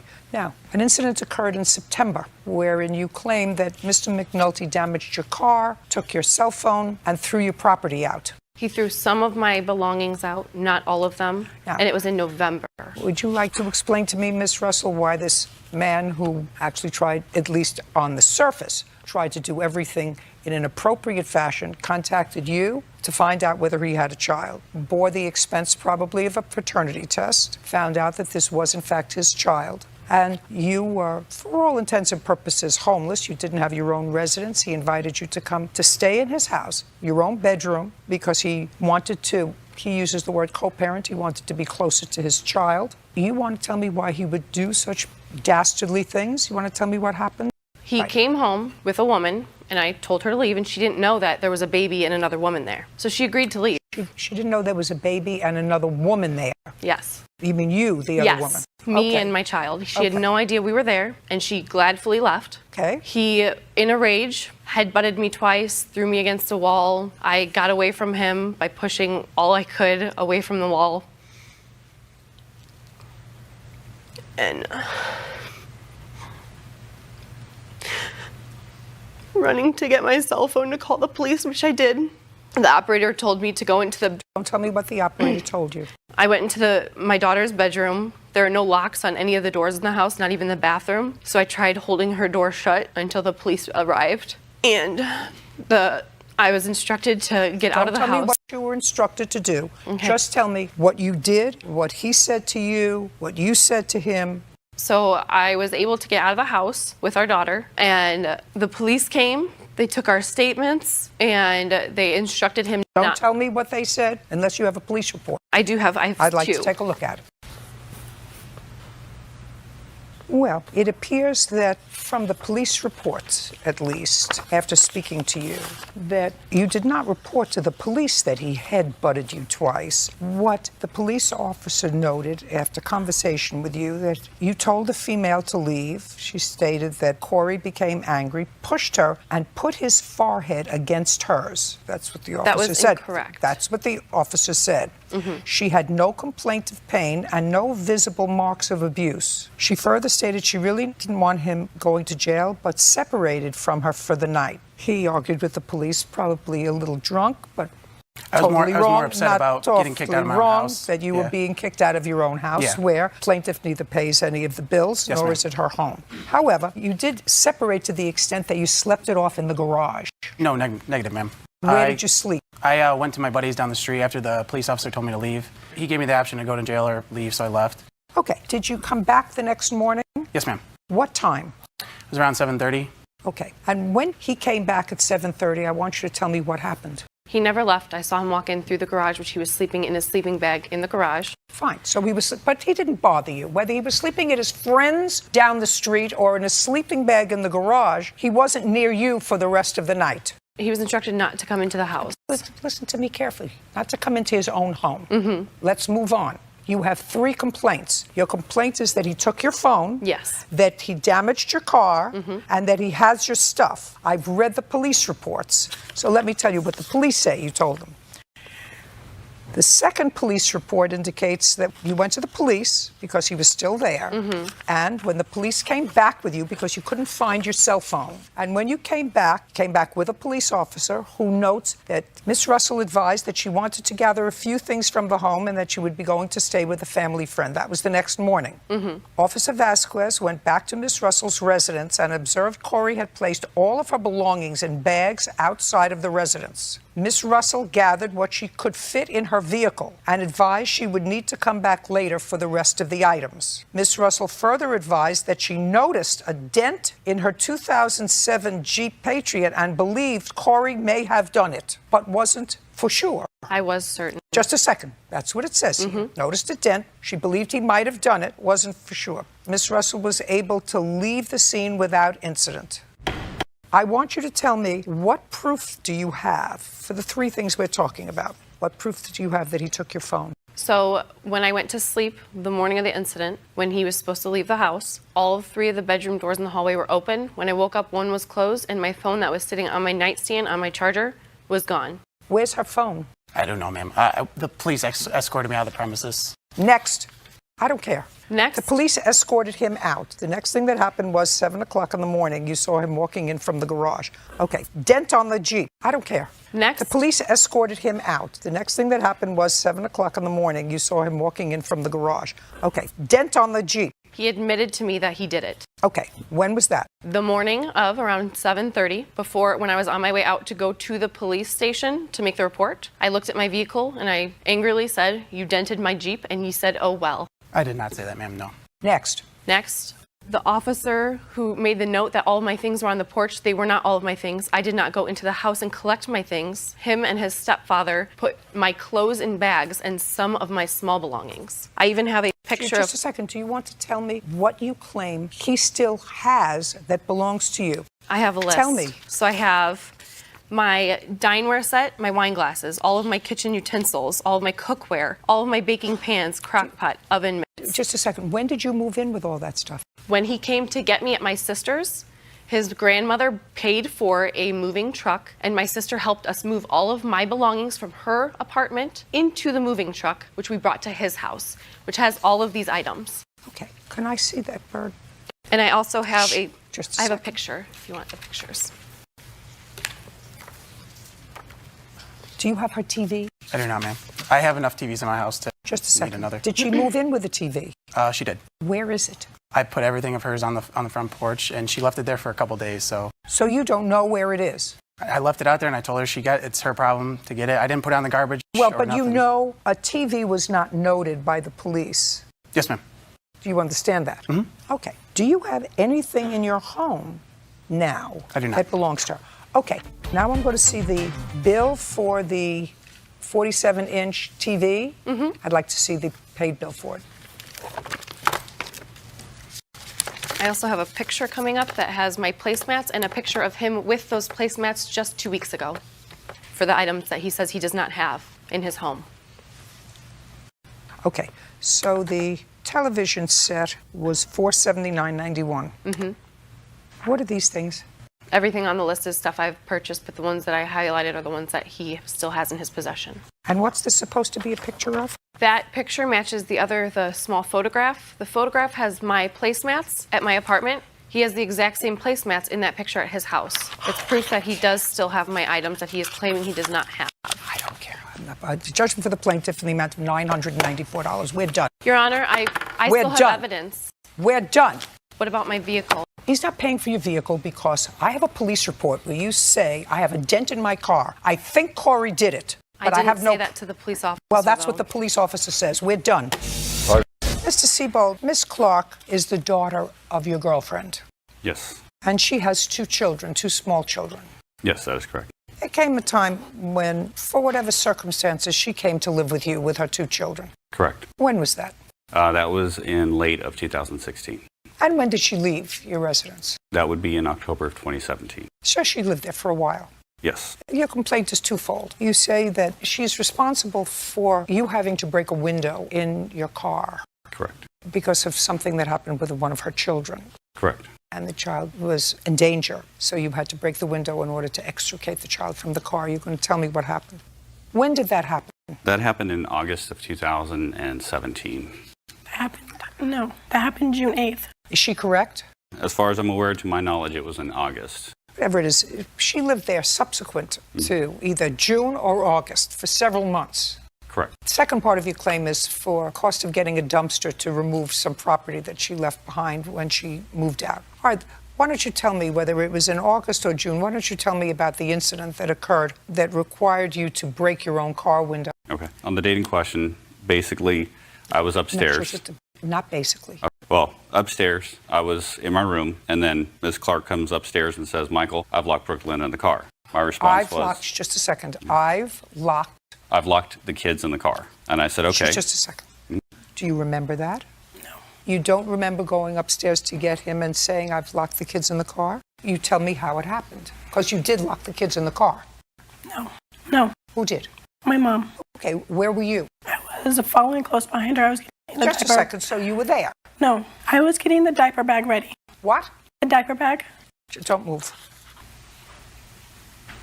Well, that's not what you say in your answer. You say in your answer, Michael had given the keys to the car to my mother, who went with me to the car and put my daughter in her car seat, who went with me. I was following close behind her. I was getting the diaper bag ready. I went downstairs and my mom was banging on the car window with my daughter locked inside. Where was Michael? Upstairs. Who went to get him? My mom. Your mother or you? And what were you doing? I was outside in the driveway with my daughter. Who was in the car? Yes. So your mother went to get Michael? Yes. Do you remember that? No. She went to get him? Yes. Go ahead. Okay. So as Ivory came up to tell me that the child was locked in the car, first response out of my mouth was, you need to call a locksmith. So I go downstairs. I'm getting dressed. I'm rushing down so I can go down to see what's going on. Brooklyn, who was in the back passenger seat. How old is she? At that time, she was probably just a little bit over a year, maybe. And she had the keys in her hand. And I'm like, Brooklyn, can you push the button? She's pushing the lock key because it simply makes the noise. Well, with my car, once you disable it, if you push the lock key too many times, you can't get in. So the locksmith showed up. So the locksmith comes in. He tries to jimmy the passenger door. He can't do it with the Slim Jim. At the same time, they're on the driver's side with me. We're trying to see if we can get inside. Tina is on the other side, on the passenger side, and she says, Michael, something's wrong. And I said, what do you mean? She says, Brooklyn just passed out. So I go to the other side. Brooklyn's passed out. She's kind of leaning to the side. My response was, I need to break my window. So I go to the garage, I grab a hammer, and I smash the hammer about 3 or 4 times into the window. I'm able to bust open the window. Once we get Brooklyn out, Tina grabs Brooklyn, takes her to the garage where there's some shade. So we're waking her up, giving her some water, making sure she's okay. Meanwhile, Miss Clark is standing in the driveway, just kind of standing there and not really doing anything. So I kind of looked at her and I said, okay, this was your fault. You handed the keys to the car to the daughter while you're putting her in the car. I said, you're going to pay for my window. And she says, okay, I understand. And I said, now when we're done, I'm going to go get some dummy keys made so we can go and make sure this doesn't happen again. After that, following day, I scheduled for a window to come in. The window repair guy had to take it to my mom's house. He brought the window, repaired it. Following day after that, I had to go and get the dummy keys made. Do you have a bill for the window? Yes, I do, ma'am. And I also have a picture of the damaged window if you'd like to see it. I'd like to see it. Which window did you break? This was the front passenger window. And I also have text messages between me and Ms. Clark about the window and her paying me. May I see it? Yeah. This is when she was stating after she gets her taxes. Well, you told him you would pay for the window. I probably did, but I don't remember. Okay. Now let's get to the dumpster. You moved out on what date? I don't remember. What date did you move out? It was in late October of 2017. And what did you have to get a dumpster for? Well, Ms. Clark, when she left, she ended up leaving some stuff in the room. She left some mattresses and she left all kinds of trash and junk and things inside the room. Also, when she was living with us, she ended up causing some damage to some of my furniture. I don't want to hear about that. Okay. I don't want to hear about while she was living with you. So she left mattresses and some other junk. Yes. I have pictures of the room of what I'd it like looked to like. see it. So there's tons of different items inside the room, but the reason why we had to get a dumpster was because we can't throw the mattresses in the regular trash, because where we're at, you have to have a dumpster big enough for all the mattresses to fit in there, but not go over the top. The mattresses were not mine. Whose are they? His. He paid for them a long time ago. Well, that doesn't mean that they're not yours. Did he pay for them and give them to you to use? I was underage. They are not mine. It was not my responsibility to take them with me. What about this? Is this your responsibility? Yeah. I wasn't worried about cleaning up the room. Just a second. I'm just asking you, is this your mess? Yeah, when I left. Okay. How much did you pay for the dumpster? Dumpster in total was $310. May I see the bill, please? Yes. And then I also do have a quote for the Sidewinder keys if you want to see that. What? The Sidewinder keys that were needed. No, I don't care about that. Did you use the dumpster for any of your own things? The most that we used it for was for hers. That's not what I asked you. Did you use the dumpster for any of your own things? The furniture that was ruined due to the time she was living there, I threw some of it in there. We haven't done everything yet because it's already getting on the way. Just a second. Is the dumpster still there? It hasn't been delivered. They have a specific drop date that is being delivered. We had to wait based off of their time frame. So everything was paid for. Everything's been sitting there. Very good. So everything's in the garage ready to $250 go. for the window, and you are getting rid of some of your own things in the dumpster. It's everything Yes, of I was hers. told that they had gotten. Shh, don't speak. Well, you just told me that you were getting rid of some of your own things. You said some of my things, but that they damaged when they were living there. Right, because it's no longer usable. Those are your things that you are disposing of. It's not by choice. That's the problem. I don't care. It's not by choice. I don't care. The truth of the matter is she's living with her mother and her mother's grandchildren. Well, technically, they're living Just a with second. me. The house I don't is care. mine.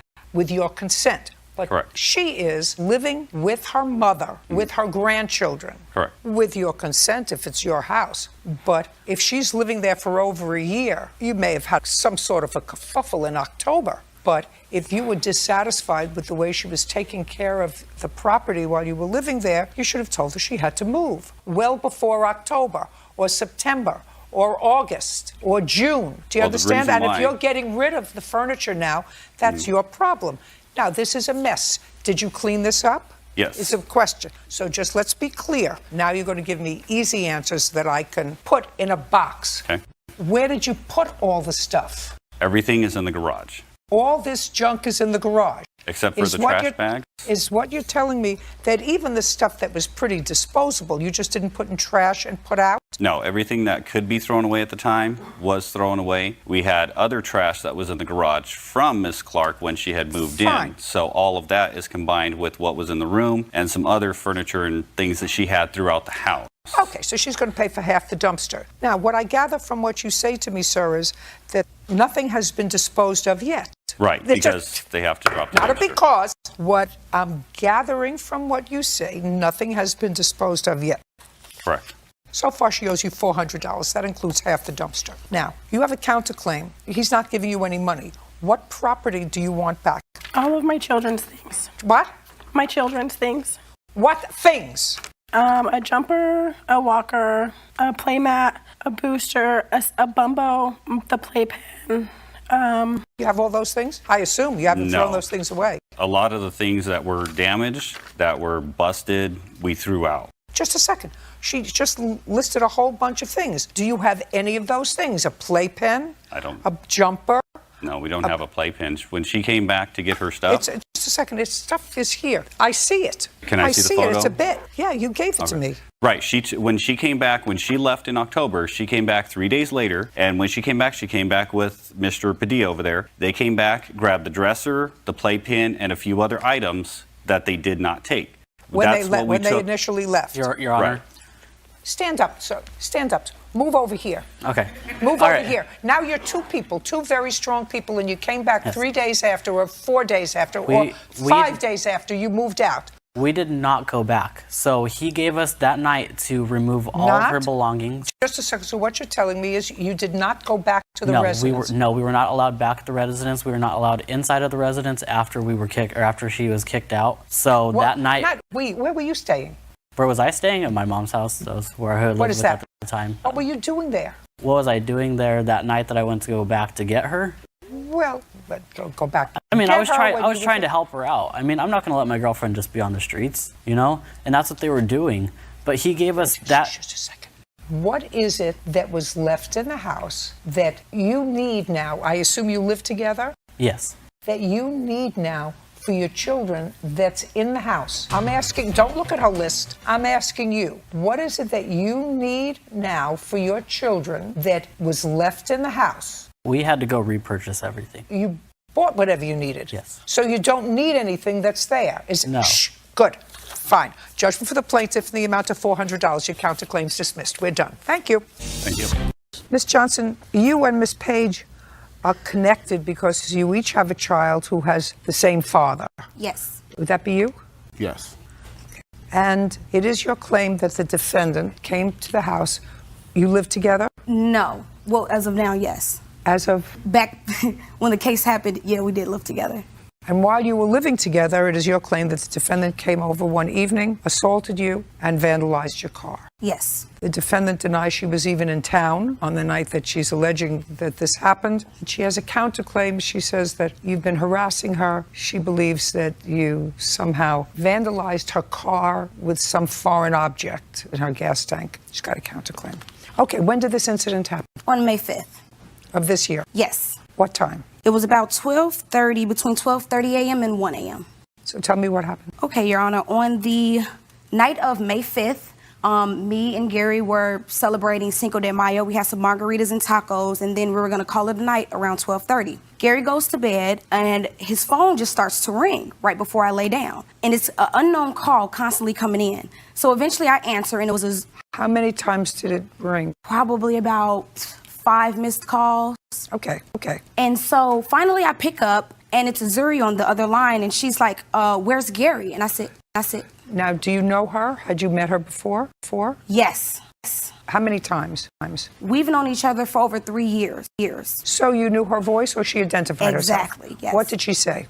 She said, where's Gary? I said, he's asleep. She said, he's been at my house for 3 nights. And I said, well, that's impossible because he's been home. So she's like, well, where is he? I said, he's asleep. She said, wake him up. So then I wake Gary up, and I hand Gary the phone, and he's like, this is a joke, just hang up. So right before I hang up, she says, open the door. Right before we opened the door, it was a knock maybe 5 seconds later. So Gary runs to the door and looks in the peephole, and he can't make out who it is. She's like leaning on the door. So then I look in the peephole, and I said, Gary, this is a Zuri. And Gary's like, is it? So he looks back in the peephole, and then I yell, we didn't open the door yet. I say, Zuri, why are you at my house at 1 a.m? She's like, I need to speak to Gary. I said, okay. So then Gary's like, well, what do you want? So immediately I call the police. And I said, I need a police officer dispatched to my location. So Gary goes and opens the door, and she's extremely intoxicated. She's like, I need you to come to my truck. And Gary says, why? I'm standing behind Gary. Gary has his hands on the side of the door. I'm standing behind him, and she's like, well, I need to speak to you. I need you to come to my truck. So then Gary's like, well, what do you need? Then she calls me a drunk and just starts like talking crazy and calling me names and says I'm scary. And then we started arguing. I'm still in the back of Gary. So then she reaches under Gary and grabs my hair and pulls me into the hallway. And then that's when we start to fight. I have pictures of bruises, scratches, and everything from that night. I'd like to see them, please. I'd also like, did the police ever respond? Yes, they did. I'd like to see the police report. Okay. There's also pictures in there of the broken window as well. Well, I see the window. We haven't gotten to the window yet. Okay. Now, there are pictures here of a broken windshield. Yes. And the police report is clear that after the police came to discuss what happened to you, you were sort of reluctant to speak to them and a little, according to the report, a little intoxicated yourself. Yes.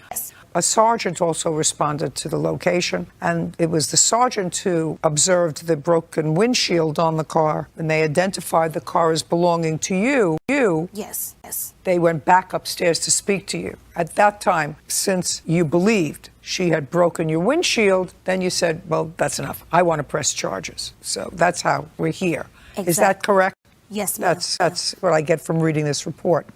Okay. What time had you parked your car that evening? I would say about 6 p.m. Now, you told me before that you and Gary were living together at the time. Yes. That's not what it says in here. Yeah, Gary was living with me on and off around that time. Well, now it is. So Gary was living with you on and off. Yes. Lisa, that would be you, right? Yes. Lisa said that Gary, her child's father, was only there to watch their child. Lisa and Gary were no longer in a dating relationship, nor was blank and blank. I assume her and somebody else said that even though that they had problems in the past, they had not seen or spoken to one another in quite some time. Lisa claimed to have no idea why the defendant and her friend arrived at the door. Now, you didn't tell me about a friend. I was getting to that part. Gary pulls us apart. Her friend runs in out of, I guess it was someone she was riding with in the truck. She runs in and pulls me back. Gary pulls Azuri back, and they stop the fight. Azuri then snatches away from Gary and runs out the front door into the back of the parking lot. Her friend then leaves out the back door to the parking lot where they were parked at. I went back in the house right after, and that's when I would say maybe literally 2 minutes later, the police showed up. The police asked me what was going on, and I told them that it was an I got what you wrote, what you said to them. I read the report. Okay, Miss Page. Ball's in your court. Honestly, I have no idea what she's talking about. Okay. I was out of town that week at my mom's. I wasn't even there. I have not spoken to Gary, to her. I do not associate myself with them whatsoever. And this has been going on for 3 years. Ms. Johnson has followed me to 3 different jobs. No. We're talking This about came out of something, Miss nowhere. Page, entirely different, following you 3 jobs. If your testimony is, I was out of town at my mother's house, then you have nothing to add to your testimony. Then I have to make a decision as to whether or not I believe her or believe you. Do you have any witnesses to testify that you were out of town that evening? Yes, my fiance dropped me off to my mom's. Great. That would be your witness. And you have a witness what happened that night? Yes. You have Gary. Yes, ma'am. I don't actually have to hear either one of them. I just have to make a judgment as to whether Miss Johnson caused little marks on her face and whether Miss Johnson took a rock or something and busted out the windshield of her own car that night and then decided to blame it on you. I have to decide whether that happened. I don't think that happened. So I'm quite sure that your fiancé would say that he dropped you off at your mother's house, and I'm quite sure that Gary would say you came to the house and there was a fight. So, do you have an estimate for the windshield? Yes, ma'am. Did you have it fixed? No, ma'am. It's still not fixed. Where is it? It's at home. I've been riding with it with plastic on my window, which is, it's really hard because I have to have my son sit in that back seat.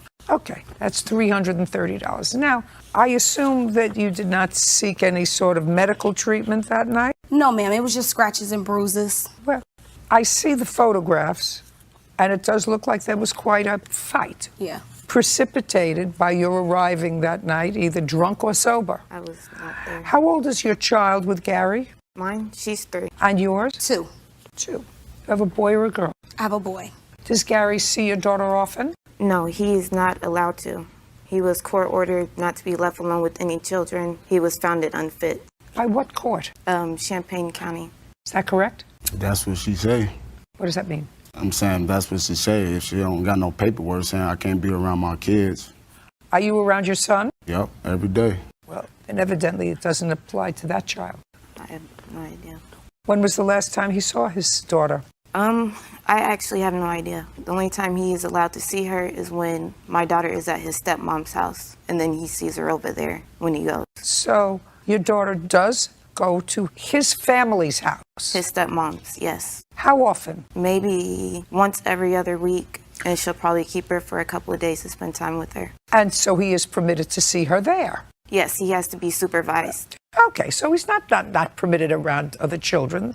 He has supervised visitation with his daughter for whatever reason. I don't know what the reason is. There are all kinds of reasons, both valid and stupid, for making those kinds of orders. I'm thoroughly familiar with both the valid ones and the stupid ones. And that has nothing to do with you. I'm talking about judges making orders for good reason and orders for stupid reasons. It seems to me if you're not capable of having unsupervised visitation with a 3-year-old, you shouldn't be capable of spending time every day with a 2-year-old. So clearly this had more to do with you than with a child. To me, in my head, but that's only me in my head. Anyway, you owe her $1,500. You owe her $300 to fix her car, and the rest is for coming to the house in the middle of the night and picking a fight and assaulting her. That was not me, Your Honor. We are done here. Your counterclaim's dismissed.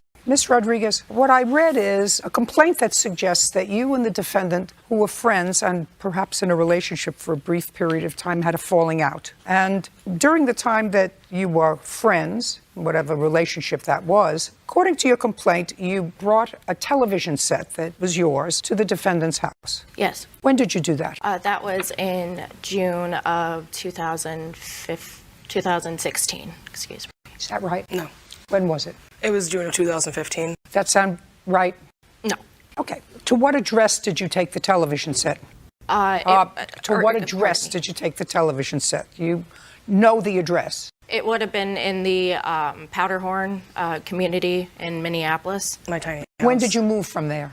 It was August of 2015. Got it? Yes.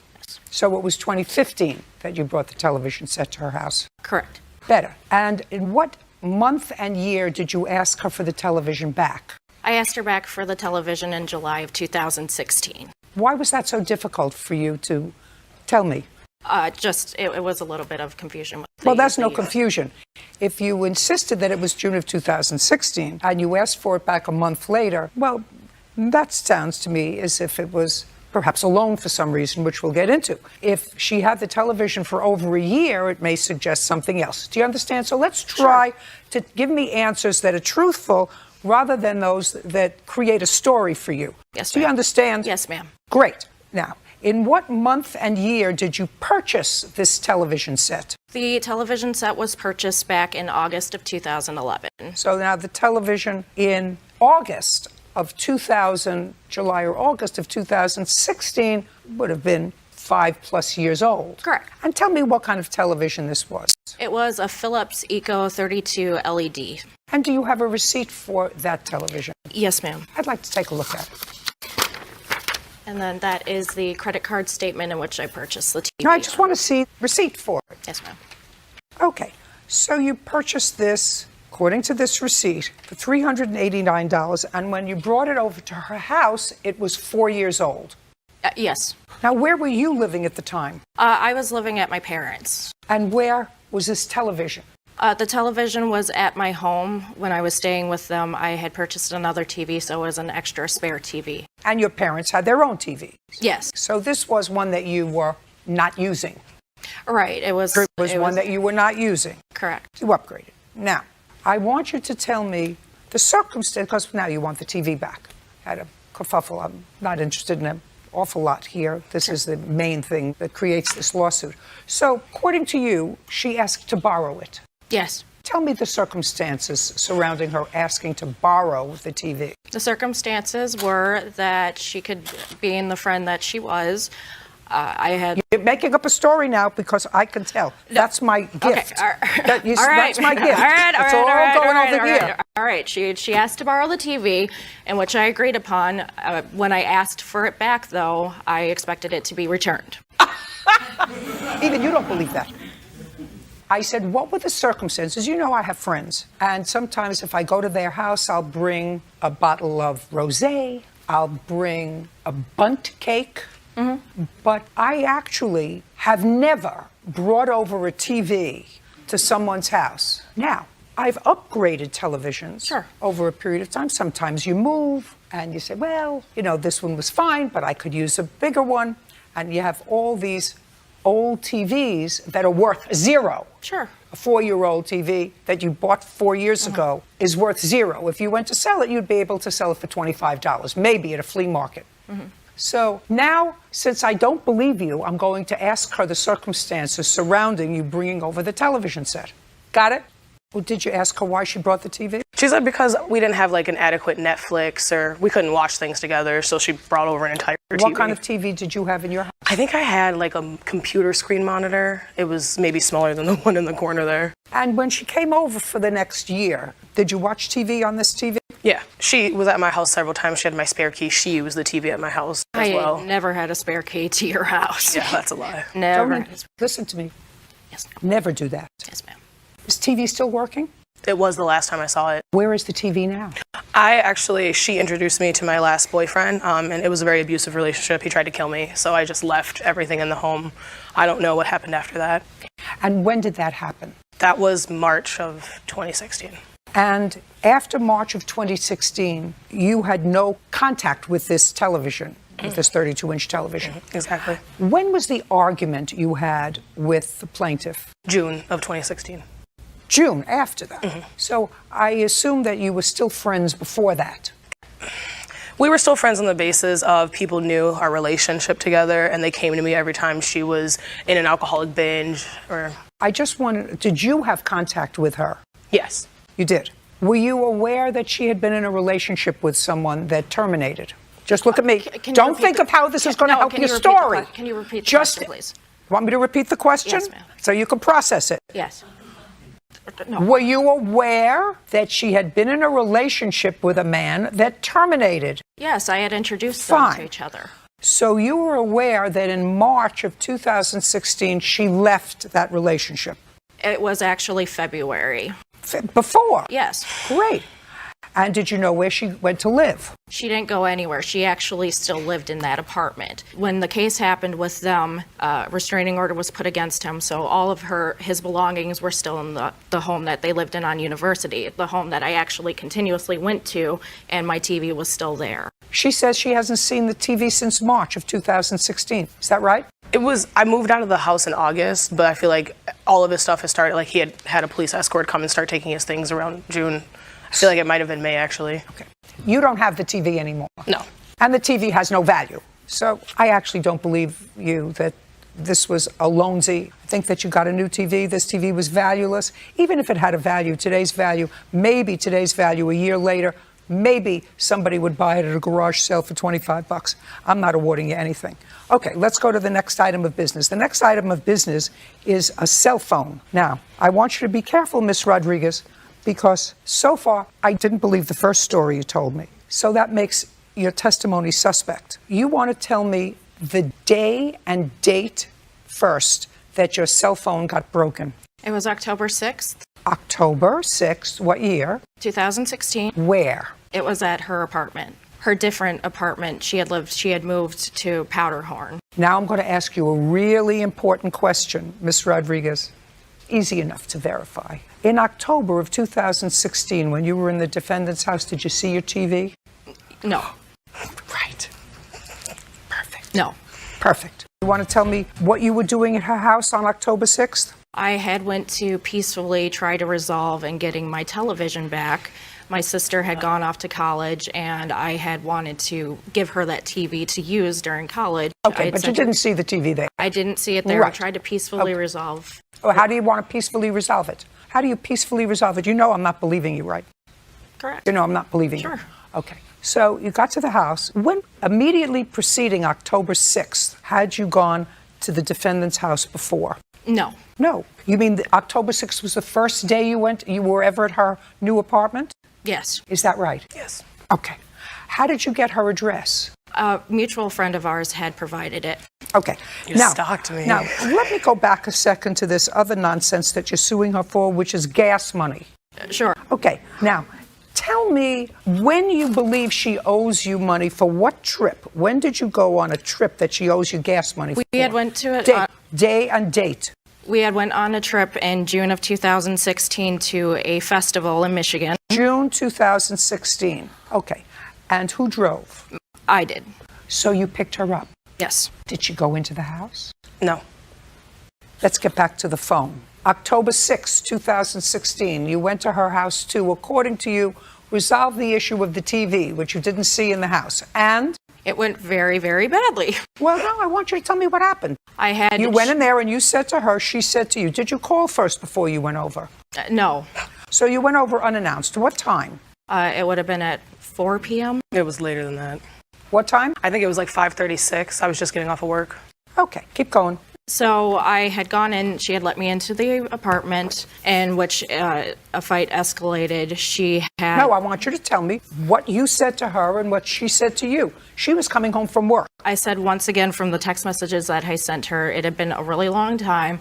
All I would like is for my TV back. I would like to be done with this friendship and to call it quits after that. She didn't like that fact, so then it escalated into a scuffling match where she actually physically dragged me out of the apartment. Are you telling me that at that time she didn't say to you, I don't have your TV? Yes, that's what she told me. I Okay, didn't see. I just didn't a see it in minute. her apartment. And you said to her, I just a second, don't make it up. She said to you, I don't have your TV. Look around my apartment. I don't have your TV anymore. And what did you say to her? It just basically, I just started announcing that I was really upset with the fact of that she would be this spiteful towards me when I was being nothing but helpful. What were you being helpful about? Helpful by letting her use my TV, No, you transporting gave her the to TV. You gave her the TV a year before. You changed your mind. I didn't give her the TV. Okay. Yes, you did. No, I okay, didn't. so you come in, you see there's no TV. She says, I don't have your TV anymore. What else were you fighting about, Miss Rodriguez? It was just that specifically how spiteful that she was in this entire relationship. Friendship. Relationship. Oh, heck. Don't. I don't swing that way. Don't speak to Not each my other. type. Just a second. Don't. Excuse me? Sorry. I had recited that she had been very spiteful. I heard she had been very spiteful. Okay, and she told you to get out. I don't have your TV. And then it started turning into a shoving Well, match. how did that come about? She told you, get out. I don't have your TV. You had to leave.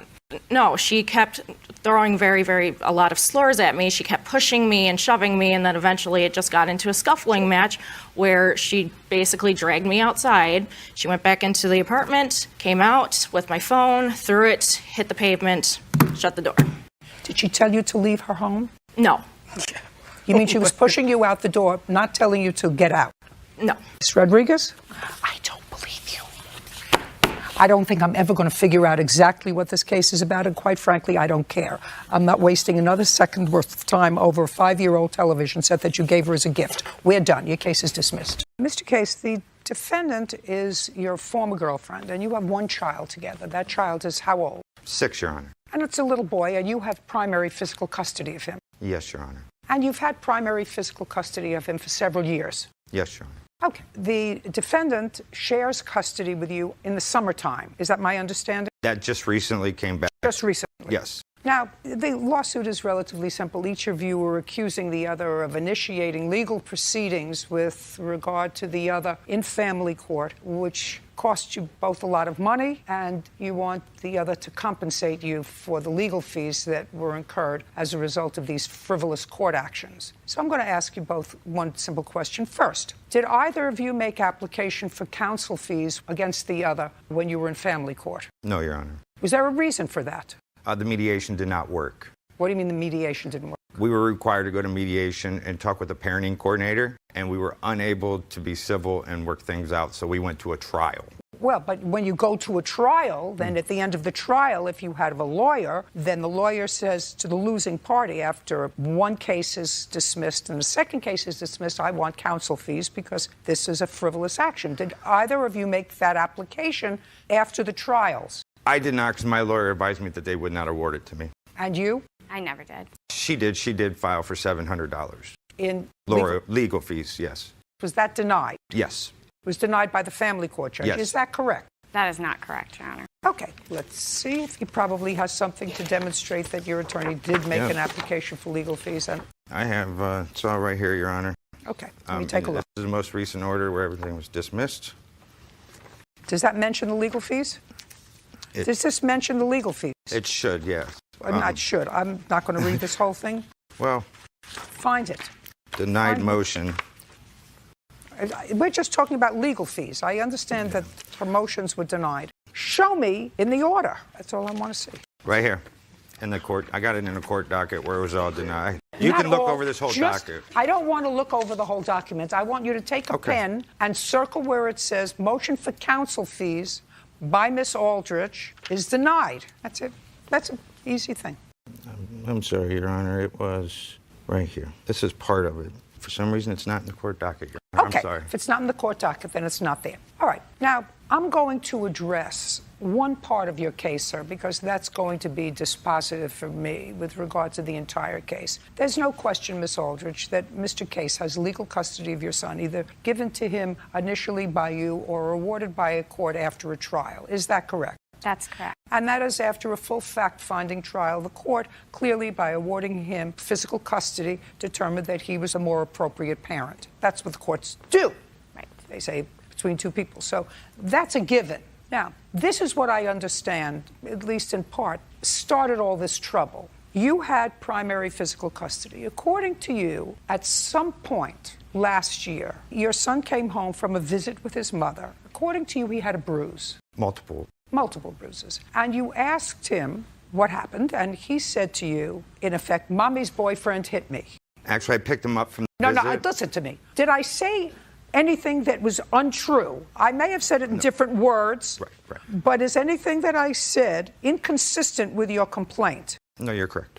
Fine. I actually tell the story better than you do because I get to the point. So this is your story. Your son comes home, tells you that his mother's boyfriend hit him, which is why he has bruises. At some time subsequently, Miss Aldrich notified you that she was going on vacation for a week, wanted to take a son with her, and you also ascertained that the boyfriend was going on that vacation. So far, correct? Correct. How much time after you noticed these bruises was this vacation supposed to take place? I'm not sure approximate date, but I filed for a protection order against her boyfriend. Immediately? Actually, I made a police report. As I picked him up, I pulled over a police officer as I was driving down the road. So you made a report immediately? Yes, Your Honor. And you initiated a protective order with your son as the beneficiary of that protective order, keeping Miss Aldrich's boyfriend away from your son. Yes, Your Honor. Did you and your boyfriend go away together with your son on vacation? No, ma'am. The boyfriend didn't go? He was not allowed. But you went? I sure did. And you took your son with you? Yes, ma'am. That was after a hearing. Was there ultimately a hearing on that protective order with regard to the boyfriend? Yes, ma'am. And what happened with that case? It got dropped.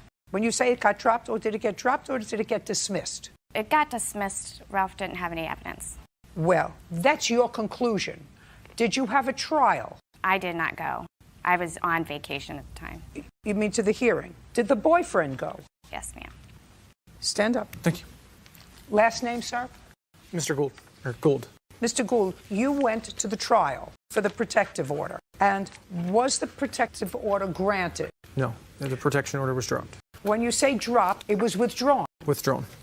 Okay, that's a different story. Do you understand, Miss Aldrich? That doesn't say didn't have any evidence. That means that Mr. Case had accomplished his mission, which was to prevent the boyfriend going on vacation with you and your son. Mm-hmm. So, mission accomplished. I don't have to proceed with this anymore. Now you can sit down. Thank you. I'd like to see the police report. Police report, my motion, and incident report. Emails, attorney fees. Stop and talking to yourself, please. Sorry, Only old sorry, people Your talk Honor. to themselves. Okay, so let's get to first, Miss Aldrich, with regard to your counterclaim. Based upon this police report alone, it's dismissed. Your counterclaim for the plaintiff filing frivolous actions against you. I must assume that prior to this incident, which occurred on June 4th, 2016, that you had been enjoying visitation with your son on some weekends, correct? Correct. How long had you been enjoying visitation with your son? A month, 2 months, 3 months, 6 months, a year? Years. Years. And this was the first police report that was filed? Yes, magistrate. Okay. And the 4th was the actual date that Mr. Chase picked your son up from visitation at your house. The officer's narrative, and I'm not quoting him, I'm quoting what the officer said that your son said to him. Your son said to the officer that the boyfriend hit him, which resulted in the bruises on his legs, shins, and back. That's what the boy told the officer. The officer documented that with photographs because the officer said, I saw the bruises, I documented them with photographs. So the plaintiff had every reason to file for a protective order against Mr. Gould based on this. As a matter of fact, he could have been charged with a neglect if he did not do so, knowing that Mr. Gould was again going to be alone in his company without his father present when you were on vacation. Now, you don't know, I don't know, certainly, and I'm not going to get that information here today as to whether or not the plaintiff coached your son to say that. However, based upon your statement to me that you have been having weekend visitation for years without incident, I have to assume that there wasn't an ongoing pattern of trying to disrupt your visitation with your son, but this was an incident that caused his custodial parent some alarm, coming back with bruises. Your excuse to the police officer who spoke to you was, we just took the training wheels off his bike and he fell. That was your reason. So he had every reason to do what he did. So your application for counsel fees is denied. You did what you were supposed to do. What counsel fees do you think you're entitled to? Just to all the emergency motions that were filed. Well, she filed an emergency motion as a result of you are trying to preclude her going on a long-standing vacation to allow her to take him. That's perfectly reasonable. And also for relocation and to file for the custody when there was no extreme change of circumstances. Well, listen, did you relocate? No, ma'am.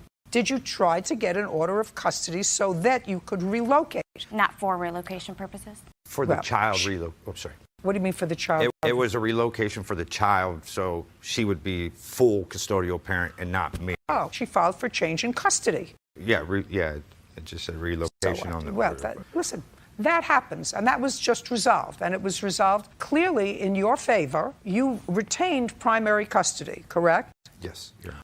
Yes, Your Honor. So that there was some benefit for the defendant in bringing on an application, because instead of weekend visitation, she now gets partial summer visitation, right? But the defendant's visitation rights were expanded as a result of the last order in May. That's a yes or a no? Yes, Your Honor. Good. Your case is dismissed. We're done. Thank you. Thank you. I only have one other thing to say to you. Your son is 6. You're going to be parents of him. He's going to be living with you probably for the next 12 years. I'm speaking.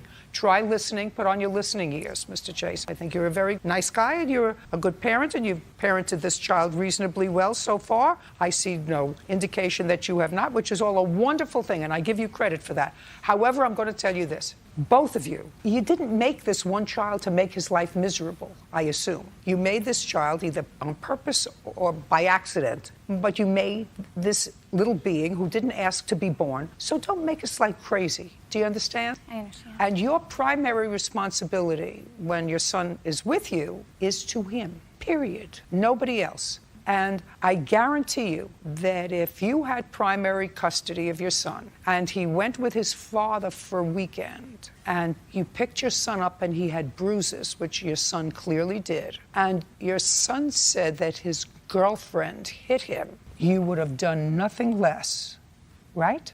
Correct. Good. We're done. Is there someone whose name is Dusty here? That would be you. Yes. You are the plaintiff's wife? Yes. Are you together? Not at this moment, no. And you are appearing as a witness for him? Yes. Interesting. Now, Mr. Barnes, you lived with your wife in a rental property that is owned by the defendant. Yes, ma'am. Your wife's name was on the lease. Your name is not on the lease. Yes. The defendant knew you were there. Is that correct? That's not correct. Oh, that's not true. Then your counterclaim is dismissed because your counterclaim is that he was supposed to fix a shed for you. You paid him to fix the shed. He never fixed the shed and the materials disappeared. Well, why would you pay? You mean he was just a maintenance guy that was around, so you knew he was living there? Yes. So why did you say no? It's been a rocky relationship and they split up a number of times. That's okay, but you knew he was living I there. did know, yes. Okay. And you knew he had been living there for a long period of time, as long as Dusty has lived there? How long was Mr. Barnes living there? When did you move in, Mr. Barnes? October 19th of 2015. And on what date did you change the locks? November 9th, 2016. You can't do that. So his lawsuit is for an illegal eviction and for some property that he claims was lost somehow. You have a counterclaim. Your counterclaim is some damage that was done to the house by this person who you first said that you didn't know was living there, and something that has to do with this shed that he was supposed to build for you. Okay. What I find is curious. Did you bring him today? We flew together. Because the story is a rather convoluted one. According to Miss Howell, you advised Miss Howell that you and the defendant were once again off again. You were leaving. Is that right? Yes. I could stand up over there. When did you tell her you were leaving? It was like November a little after November. And when was Mr. Barnes, the last night that Mr. Barnes stayed at the house? I have no idea what was the last night. What was the last night you stayed at the house? It was like November 10th, somewhere in a little over the first week. I'm not sure of the date either. Well, she changed the locks November 9th, so it had to be before. Yeah, it was 2 days after after Dusty left. It was 2 days that Miss Howell came over there and changed the locks. And you left in November? Yes. Had you paid November's rent? Yes. Who paid it? My name is on the receipts. Who paid it? He did. How much was it? $575. Mr. Barnes, who gave Miss Howell the rent? Miss Howell is at the office when we go to pay the rent. We both went in there and we paid the rent. I got receipts. And it was accepted? Yes. Why did you change the locks? Because I got text messages to show you that Dusty had moved out and that Harold had changed the locks on the house and that she had turned off the... Okay, just a second. So you show me where she said that Harold had changed the locks on the house. Did you change the locks on the house? No, ma'am, I did not. So show me. Did you tell her that Harold had changed the locks on the house? No. I'd like to see that. Ma'am, the only locks that I put locks on the shed. I put a door on there and I put a padlock and a locked a door handle one that had a key to it also. But I didn't change no locks on the residence whatsoever. What locks were you talking about? You say you went to get the things and he has changed the locks. Did that have to do with the locks on the residence? The house, the door lock from the house were put onto the shed, and then they haven't got new locks for the house. What kind of lock? You mean like a regular door, the front door lock? The question is, were you able to get into the house to get your things? Yes, I was. So what did you say to her, that you went back to the house to get your things, but he went and changed the locks? What does that mean?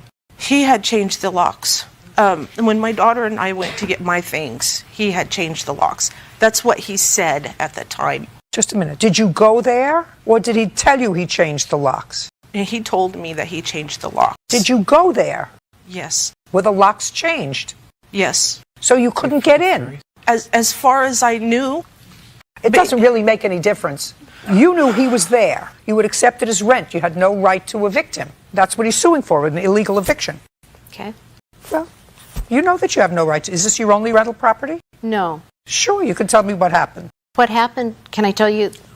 Okay, so I had given him an application. I thought March, I've got a note from her saying this is her fiance and he would like to be on the rental agreement. So I gave him an application and they never turned it back in. Doesn't matter. Okay, you so knew he was a tenant. You accepted his rent. Right. You knew he was a tenant. You accepted his rent. You have to give him notice. She gave me 30 days notice that she was moving out. She did. Just a second. Okay. On what date? November 4th. I've got a 30-day notice. From her? From her. Did you find out about him? Yes. What did you do to find out about him? I've got notice that he would move out on Monday of November. He gave me notice he was moving out as well. She had Just a second. Show me where he said, I'm moving out. What? Ma'am, she had already moved the property, all my property, from the residence prior to me even saying nothing like that. Just a second. On what date did she remove your property from the residence? She removed the property on, well, you're saying it was on the 11th, 2 days prior to all that. When Dusty gave notice, that's the day I was still in the house, and I texted her and told her I wanted to be there and I wanted to keep paying the rent. I've been paying the rent also. Well, you had paid rent for November. Yes, and then she came 2 days later and changed the locks and removed all my property. Every stick of property in the house was gone. She gave it to one of her tenants. She took my couch, my love seat, and everything I owned and gave it to a tenant. No. Yes, she did. Yes, you did. I've got a picture here of Dusty moving her things out. Dusty can move, listen to me. Dusty can move her things out. You have no right to move his things out. You have to go to housing court if you want to evict him and evict him. He had been a tenant for over a year.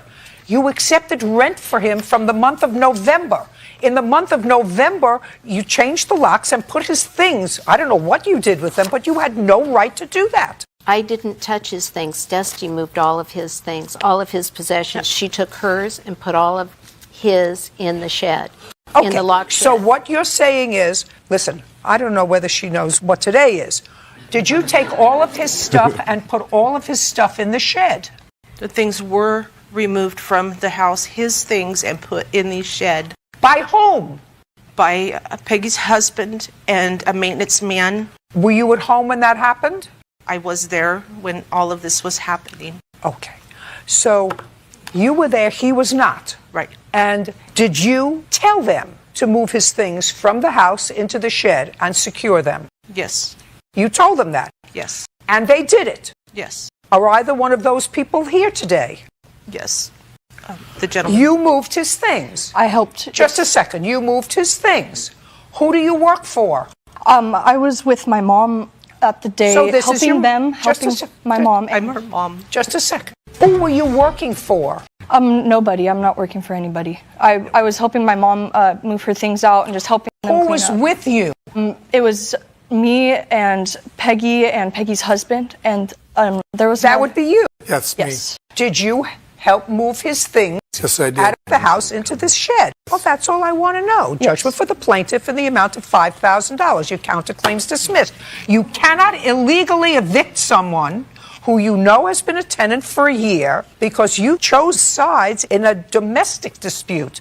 Now, you knew, and if you have other rental property, you know that if you have a de facto tenant who's there and has been there for over a year and you've been accepting rent, put your hand down. Okay. And you've been accepting rent from that person, you have to say, you're not on the lease, I'm giving you notice. Then they may or may not leave. But you can't summarily eject somebody who you've accepted rent from, at least for the month of November. I've got a signed agreement that he agreed to vacate. Before or after you moved his things? Look at me. After. Look, after. Judgment for the plaintiff in the amount of $5,000. Thank We're you, done. ma'am. She knows the law. She knows she can't do that. She did it anyway. She knows the law. I thought as of October 1st when I was at the property, he was not there. And what she said about me moving out prior, no. She took my property and gave it to one of her tenants. Make sure they sign the lease. Time to move forward by myself. Mr. Jonathan, the defendant was a tenant of yours, and she was a tenant of yours through a Section 8 housing, which means that Section 8 housing paid part of the rent and you paid part of the rent consistent with your income.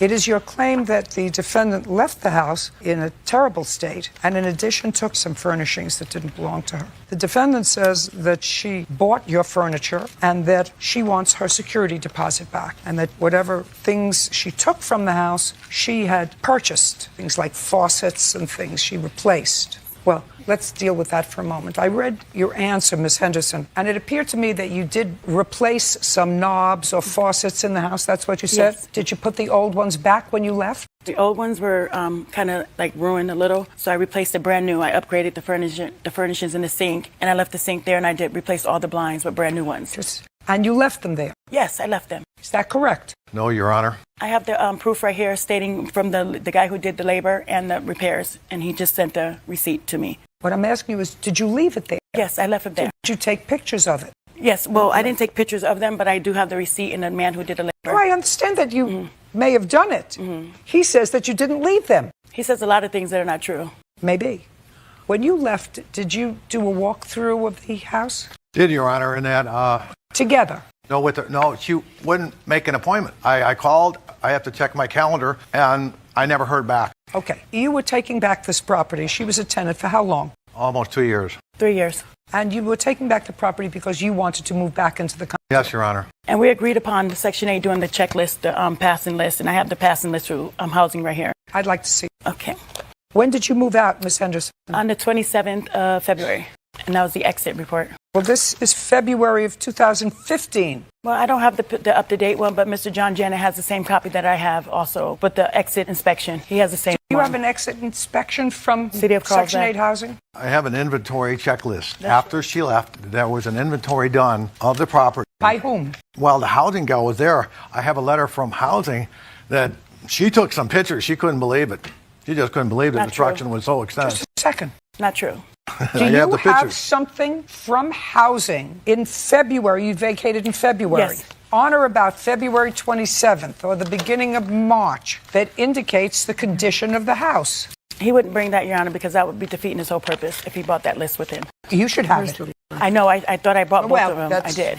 I wouldn't Shoulda, be- woulda, coulda. That Right, comes but under the category of shoulda, woulda, coulda. I wouldn't continue on Section 8 if I destroyed his home. They wouldn't let me continue on it. Ms. Henderson, I don't know that at all. I just need the document. Okay, do we have the document we were looking for? I believe we do, Your Honor. There's also a letter from the I housing just want to see inspector. the document, please. Yeah, I'm saying that is part of the documents. It's not part of the document. The document is that one paper underneath the picture. And it has the last inspection that was done in there included, Your Honor. Too much. Second. A little too much. This There's is a lot more. nothing. Okay. This was done in December of 2016. She put that one off and told housing couldn't do it, come back another time, and was able to stall them. So everything passed. Yes, ma'am. And I moved on to my next place. Now, Mr. Janet, there were no notes on here other than it said unit passed inspection, new kitchen faucet, screen door, and sliding door handle were being installed during the inspection.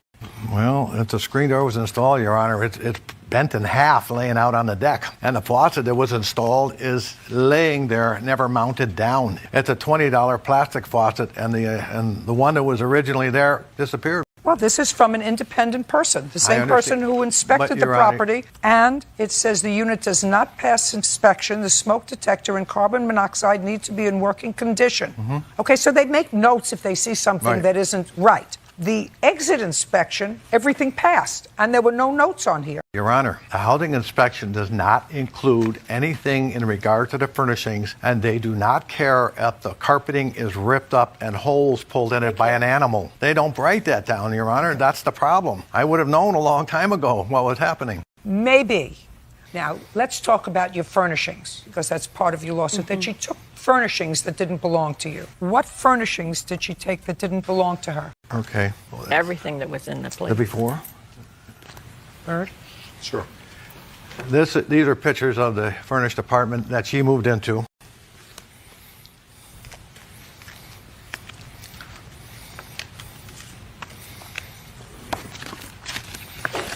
Got it.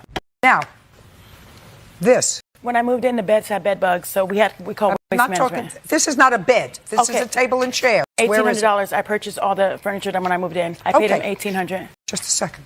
You paid him Yes. for all the furniture. Yes, but I'd like the to bed. see proof that because you took all this furniture. I'd like to see proof that It was you through the paid property him. management.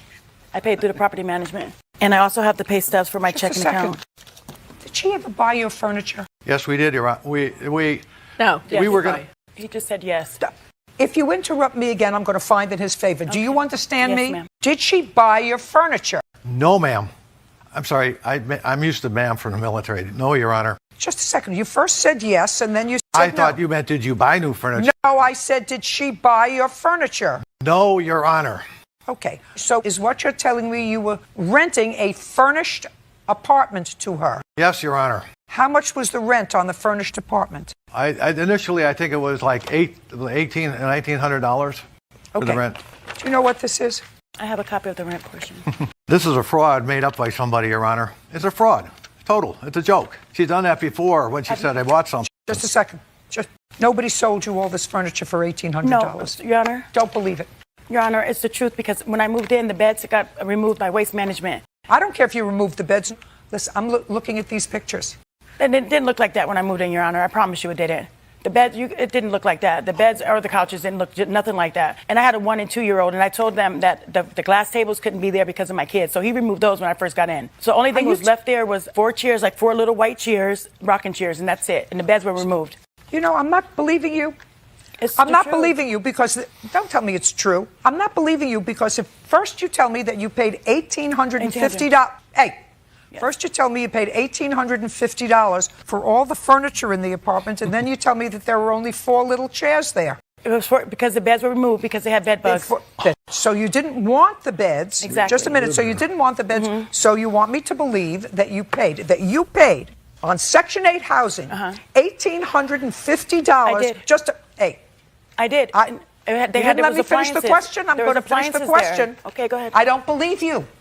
I don't believe that you paid $1,850 for 4 No, not little just white 4. chairs. It wasn't just 4 little chairs. There was appliances there too, like a toaster and a microwave and things like that. No, not things like that. What about table and chairs. No, they were dining. removed. They were removed because we're glass, and I had a 1 and 2 year old. It was dangerous. Just a for second. Them. So is what you're telling me you paid for it and then had it removed? No, I didn't pay for that. He had it removed by by the property management. So I want you to tell me what it was that you paid for. I will. $1,850. It was 4 little chairs. The kitchen was all furnished with all appliances. It had like every spoons and Tupperware and bowls and cups and stuff. And I had nothing when I moved in there. So and it had 4 chairs and it had some comforters and some sheets and things that I do believe that came up to about $1,800. I had my income tax and I did pay him that much for that. Around the time that I moved in, I did just get my income tax money and I paid him for that. I don't believe you.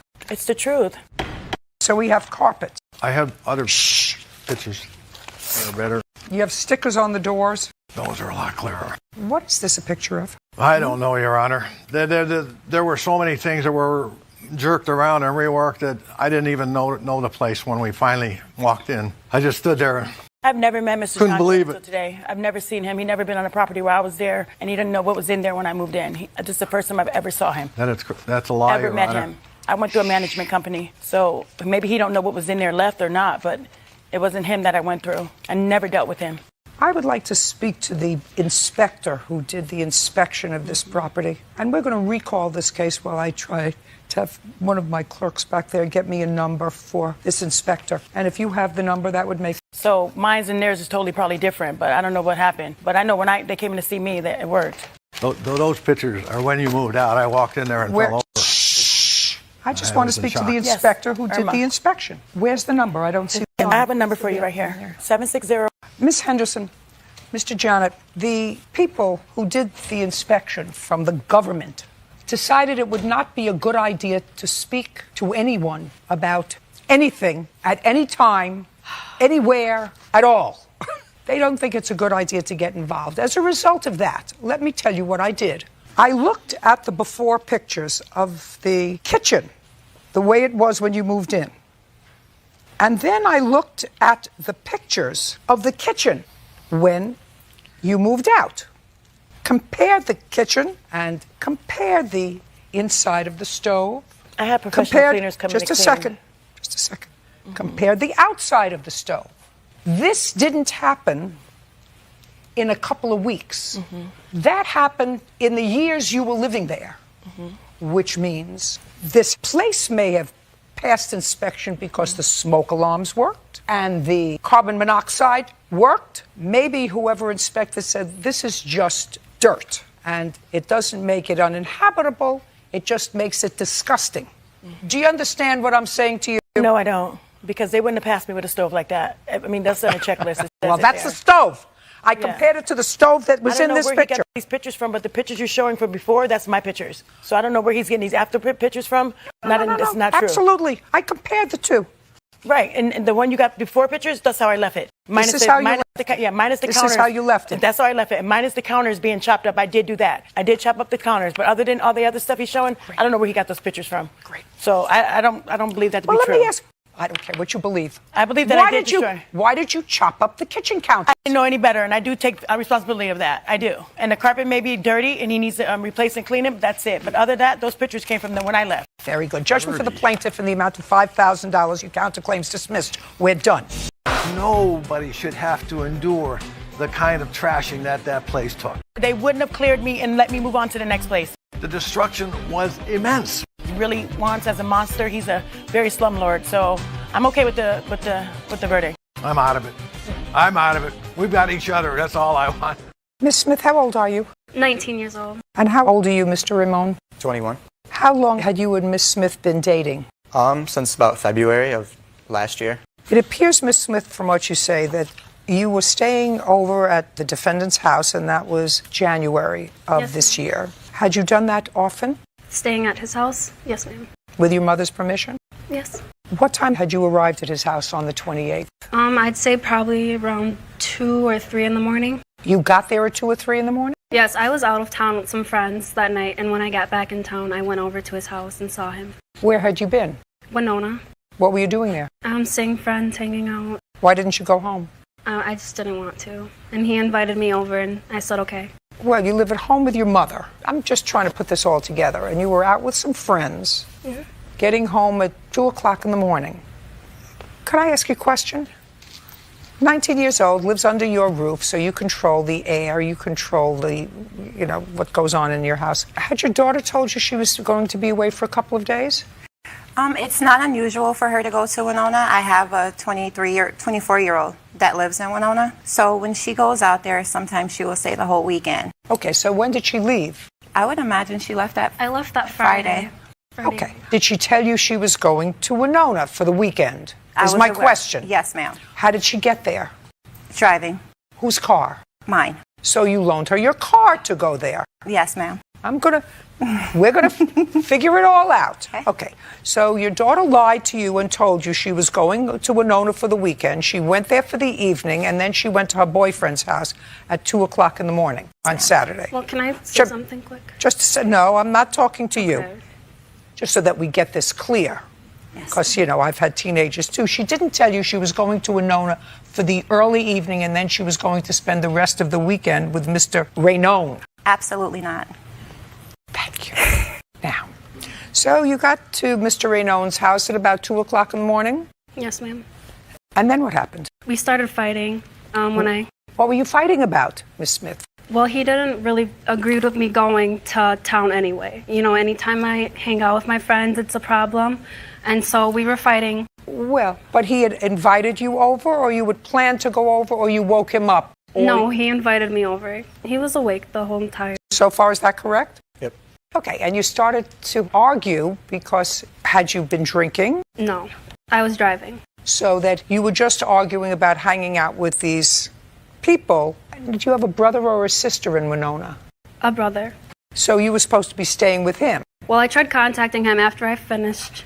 You told your mother you were staying with him? Yes, ma'am. So that would be on the 27th of January, right?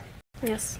Did you see your brother at all on the 27th of January? No, No, so the answer is no. You didn't see him at all? No. So who were you seeing? I was with 4 of my friends. Where did you go?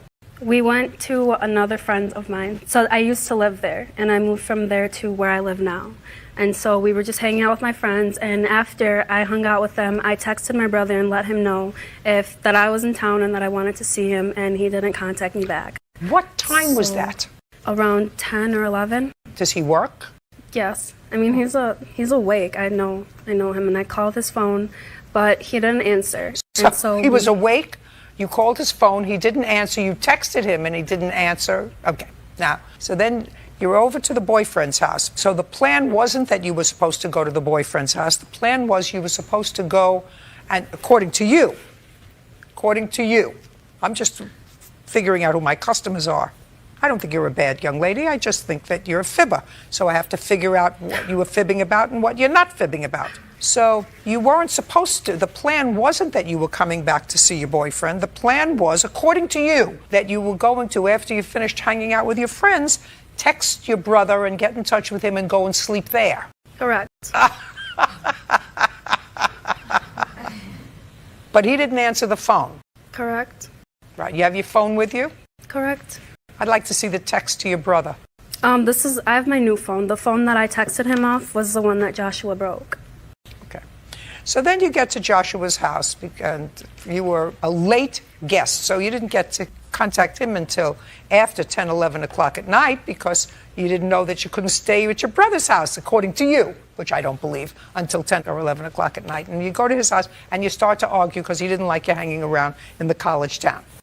Okay, now what? He ended up falling asleep. I don't know what he was doing prior to me getting there. Okay, you don't know. So he ended up going to sleep. Yes, ma'am. And what did you do?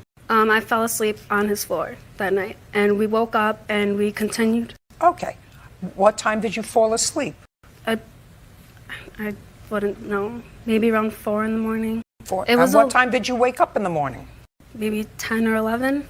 And? And then we continued to argue about whatever we were talking about the night before. And I wanted to leave, and I told him to take me home. And I didn't drive. Just a second. Why did you tell him to take you home? I didn't drive to his house. What? What? I did not drive to his house. How did you get to his house? He came and picked me up from my house. I got home from Winona. And you got home from Winona at what time? In the early morning. I really... Well, that's what we're here for. You got home from Winona at what time? Maybe 2 o'clock in the morning. And you put your mother's car in the driveway, in Yes, the ma'am. garage, Yes, ma'am. and called the defendant to come and get you. Well, we were already in contact about where I was and when I was coming home, so he knew that I was... Don't tell me what he knew. Okay. The plan then was he was going to... Did you go into your house? Yes, ma'am. Did you see your mother? No, ma'am, she was sleeping. So as far as your mother knows, you're going to be away for the weekend at your brother's house in Winona. She gets up in the morning and she finds your car, the car that she had loaned to you the night before, but she finds no you. Mm-hmm. Did you leave her a note? No. But my friend Maria was staying at my house with me. And so I just dropped her off and then I kept going. Oh, it gets more complicated. So you had a friend with you that you left to deliver the she- message to your mother that you were going to your boyfriend's house. Well, she was currently living with me as a roommate. I don't so- care. You don't leave your mother a note. No. Call the boyfriend. Boyfriend came to see you. Why didn't you just drive to his house? Because I'm not supposed to be in contact with him. My mom does not Just like a us. second. Is there any reason for that? No, ma'am. My mother just doesn't like me communicating with Josh. And so Well, there must be a reason. She must not like him for a reason. yes. What's the reason? Just prior relationship problems that we've had, issues that we've had in our relationship. Well, what were you going to tell your mother when you came home? I'm not sure. Now, you're up at 11 o'clock in the morning and you're at Josh's house. You continued to fight. You told him to take you home and he wouldn't let you leave the house. Correct. He blocked the door. Correct. But you finally got out of the house. Yes. And tell me about what happened when you finally got out of the house. He took my shoes from me, one of my boots. And He so took one boot. Yes, I got out of the apartment building and we keep our shoes in the hallway. And so I started to put my shoes on and he's like, no, you're not going anywhere. And I had one shoe on and he took the other one from me. And so I'm like, okay, fine, you can have them both. I'm just going to walk home then if you're not going to drive me. And so I gave him my other boot and I started to walk home in the snow after that with just my socks on. So I walked down the driveway and maybe about 4 or 5 houses down the sidewalk. And that's when he drove up beside me with my boots in his car. Why didn't you call somebody? I don't know. I don't remember. What do you mean you don't know? You're 19 years old. You have your phone with you. Mm-hmm. You pick up the phone and you call your mother and you say, please come and get me. Or you call a cab or you call an Uber or you go to a neighbor and say, I need to get home or something. Correct. I just wanted to get out of there at that point. Okay. So now you got out and he comes up in his car and... And he tells me, I'm really sorry about everything that I did. And I said, just please get in the car, put your shoes on, I'll take you home. I got in the car, I put my shoes on, and instead of driving me home like he said he was going to do, he turned the car around and started taking me back to his apartment building. And we got into about the driveway of his apartment building, and I proceeded to jump out of the car to get away from him. And I started walking back home down the sidewalk as And I now was you had doing. your boots on. Yes, I had my boots on at this time. So you start to walk home and? And I realized that I didn't have my phone on me because I wanted to call my mom for a ride. And so I walked back to his apartment building and he left his car door unlocked.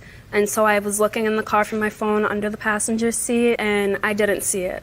And so at that time, Josh came out of his apartment building and started yelling at me and telling me, get out of my car, what are you doing? Your phone's not in there, and, being belligerent.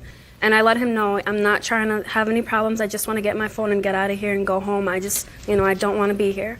And he didn't come out of the front door of the apartment building. He came from around the back. And so I chased him and he had my phone in his hand. And? And it was broken. And I have pictures of it if you'd like to. Okay. Listen to me really carefully. Yes, ma'am. Because I have much more important things to do, I hope, today. Where did she leave her phone? In the driveway when she had hopped out of the vehicle. And you picked it up? No, I did not have it in my hand at all. So you left it in the driveway? When she had jumped out of the vehicle, that's when it had came out with her, and I know nothing further than that. I went inside to go in to look for my phone. Not a chance. Not a chance. Did you, after you went and darted off after your girlfriend, after you let her come to your house at 2 o'clock in the morning, after you fought with her over the fact that she was hanging out with friends that you didn't like, all of which I believe, by the way, there is no way that you left the phone in the driveway and went inside to the house. Is that what you want me to believe? I didn't know that she even lost it. You just said it fell out. Until she had came back asking for her phone, crying. I didn't know that she had a phone missing. When she had... Oh, I thought you said it fell out when Yeah. she got out of the car. No, that's what I'm saying. It must have, because she had found it broken. I did not have it in my hand when she had seen me with it. That's a lie. She had found it on the ground broken, and on the ground is where she had jumped out of the vehicle originally, which the phone must have came out with her when she had jumped out of the car. Now you have a police report. Yes. I'd like to read it. Were you there? Do you know about this? I picked her up. She finally got to a neighbor's house. Just a second. That police report isn't much. It just says. Don't tell me what it says. Okay. The police arrived. They had discussion with both of you. Is that right? Yep. What was it that you claimed that she broke or stole of yours? She had stolen my cell phone, and the police did not make a report because she's the one who called the cops on me. During the time that she was at your house, Correct. did you go through her phone log? No. Did she go through your phone log? Yes. Tell me when that happened. When I was asleep. When you were asleep? I woke up and my phone wasn't where I had left it, and she was starting fighting with me because she was on it. What did she say to you? Nothing. We were just arguing. About what? About the night before and everything. Oh, okay. So you told the police she took your phone because it wasn't where you had left it the night before. No, Listen to me I had it in the morning. I had the phone in the morning. Listen to me carefully. Yes. Where did you find it the next morning? It was next to me, but it wasn't like where I had placed it before I had fell asleep, which means that somebody was on it. Your problem. You have to pay for her phone. You have a bill for the phone? I don't have a bill for my phone, but I have messages regarding when I bought my new phone and how much that cost. I don't care what your new phone cost. I want to know when you bought this phone, what kind of phone it was. This is how much it'll be for a replacement. I But don't bought want to see my- what a replacement is. The one that he broke costed $350. What kind of phone was it? It was an iPhone 6S. When did you purchase it? I only had it for maybe about 3 or 4 months before it got damaged. So it's a 6S, and you believe you paid somewhere around $350 for it? Yes, ma'am. Yeah, that sounds about right. Anything else you want to tell me? I have hospital records of me being seen after having to jump out of his car. I'll take a look at them. Can I say something here? What? Can I give you a little history? No, I don't want to hear any history. I've heard enough history. He's going to pay for her phone. Okay. And I also have something else. Oh, I don't care. When you act stupid, stupid things happen. Miss Judy, he doesn't... This doesn't tell what they found with you. I was trying to let you know. What? That is just the papers that I got when I left the emergency room saying... Did they give what you I any came in medication? for. No, he didn't. Did they give you a splint, a Band-Aid, and anything? He gave me ice packs. He gave you an ice pack. Yes, and then I was excused for work from... Very good. Judgment for the plaintiff in the amount of $350. We're done. Miss Morton, this young man is your son. Yes, ma'am. And he was living with you at the time of this automobile accident. Yes, he was. When had he begun to live with you? April of that previous year. And on what date was the accident, Mr. January Whitmore? 7th. January 7th. Where were you going? Not 5 minutes away to the store. What time of day? I believe it was somewhere in the early morning hours, probably somewhere around 11 o'clock. What kind of car did your son have an accident with? 2014 Nissan Versa. And when had you purchased it? I purchased it in December of the year before. Did you pay cash or did you have it on time? No, ma'am, I paid cash. With what company was it insured? American Family. I'd like to see proof of insurance on the date of the accident. She didn't have insurance on the car. I got a ticket for no insurance. This doesn't tell me. I never saw a certificate of insurance that says that it's effective January 11th, 2016 to termination. Oh, and here's the other one till January 11th, 2017. I need a statement from the insurance company that your car was insured on January 7th of 2017. I don't We're going to wait until we get it. Do you Okay. understand? If I'm going to wait for nothing, let me know now. If the car wasn't insured on that date, let me know now. No, ma'am, the car was insured. Then on that we'll day. come back when we have a statement that the car was insured by the company. You got a ticket for lack Yes. of insurance? Yes, ma'am. I'd like to see it. Failure to maintain a lane, which is Pretty much causing an accident. you caused an accident. That's what they're saying, yes. And you had no driver's license. So Correct. you shouldn't have been driving a car. That's what they say, allegedly. What do you mean that's what they say? That's what they said. That's what they say. I had a license, but I just didn't have a physical copy of the license on me. Your Honor, he went to jail under alias. Just a second. I don't know that. If you have proof of that, that's fine. I'll look at it. It says no license on person. Correct. Did you produce a license? No. Okay, so you didn't have a license. Okay, then you shouldn't have been driving a car. Okay. This said expired registration. I have my registration right here from the state of Missouri. Well, he was given a ticket for expired registration and removing tags with intent. Now, if you remove tags, that means you shift license plates from one car to another. I have my tag number that matches on my registration that matches the vehicle. Listen, I don't know why he got tickets for this. Do you understand what I'm saying to you? Yes, ma'am. You understand what I'm saying to you? He could not produce a valid registration for your car. Correct. He could not produce proof of insurance when they checked because he asked for license and registration. And the tags didn't match. Whatever vehicle, when they checked the tags, it didn't match the vehicle that he was driving. But my registration with the tag number matches with the VIN number and the vehicle. Madam. Because we were in the state of Georgia. The state of Georgia, when they ran my license, it didn't come up in Georgia's system. Missouri tags, the car that's registered in Missouri would not come up in a Georgia system. Just a second. Why was the car registered in Missouri? Because that's where I lived at the time. I was moving from Missouri to Georgia. I just moved to Georgia. He was living with you starting in April. Where were you living with her in April? In Missouri or Georgia? Georgia. In Georgia. This accident happened in January. Correct. I just moved to Georgia in December. He's been living with you since April. December 2016. No. 15. Listen, we're not going to play with each other. No. Your son was living with you in April in Georgia. This accident happened in January of the following year. This year. April, May, June, July, August, September, October, November, December, January. 10 months later. Yes. Why isn't your car registered and insured in the state of Georgia? I didn't get it registered in the state of Georgia, and I wasn't going to get it registered in Georgia until my tags expired. We're going to come back, and you're going to present to me the tags, proof that your car was insured on January 7th of 2017, a letter from your company, because I assume this is the same company that insures you now. American Family. Fine. All we need is a statement from them that this car, which was a 2014 Nissan, was insured by them. Because if he was in a collision and it was insured by them, you have a 2014 car, then you had insurance. Correct. Right? Yeah, I do. Did the insurance fix the car? He was not on my insurance, no ma'am. He was an uninsured driver. I didn't put him on my insurance because I had no intentions of him driving my car. We're going to be back. Go get me what I asked you for. So, Ms. Morton, I'm advised by my clerk that you, in fact, did not have insurance at the time of this accident on the 7th of January of 2017. Is that correct? That is correct, ma'am. I was just informed that the policy... Ms. Morton, I don't believe you. I knew you didn't have insurance. I'm like Karnak.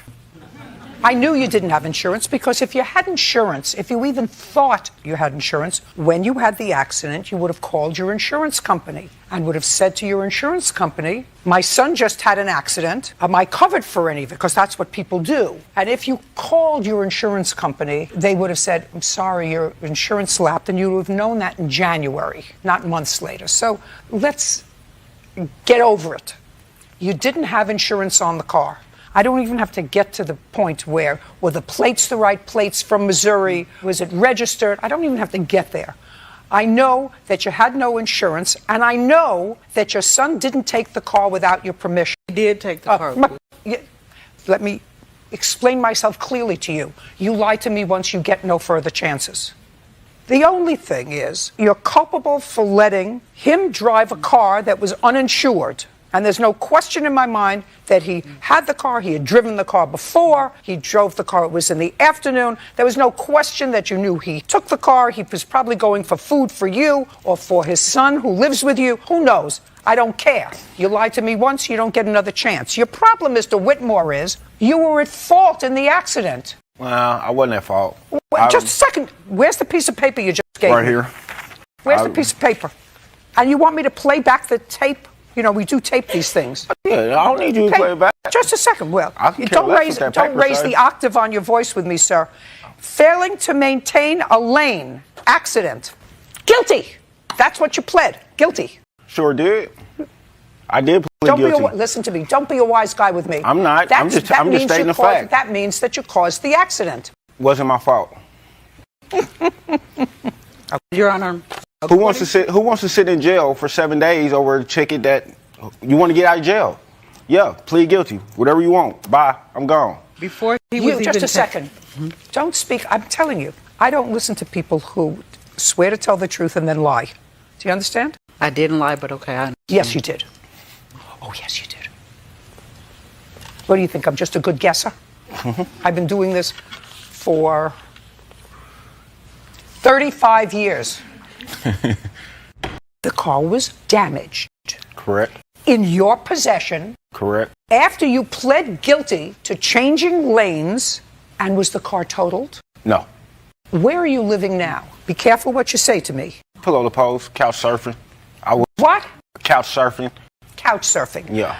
And your mother has custody of a child of yours. Yes, no? No. Physical custody, yes. Just a second. What kind of stupid answer is that? It's an answer because she has physical custody of him. Legal in court wise, no, that's my son. I have custody of him. Not if you're couch hopping. Well, of course, it's beneficial for him to stay with somewhere like that. You probably deserve each other.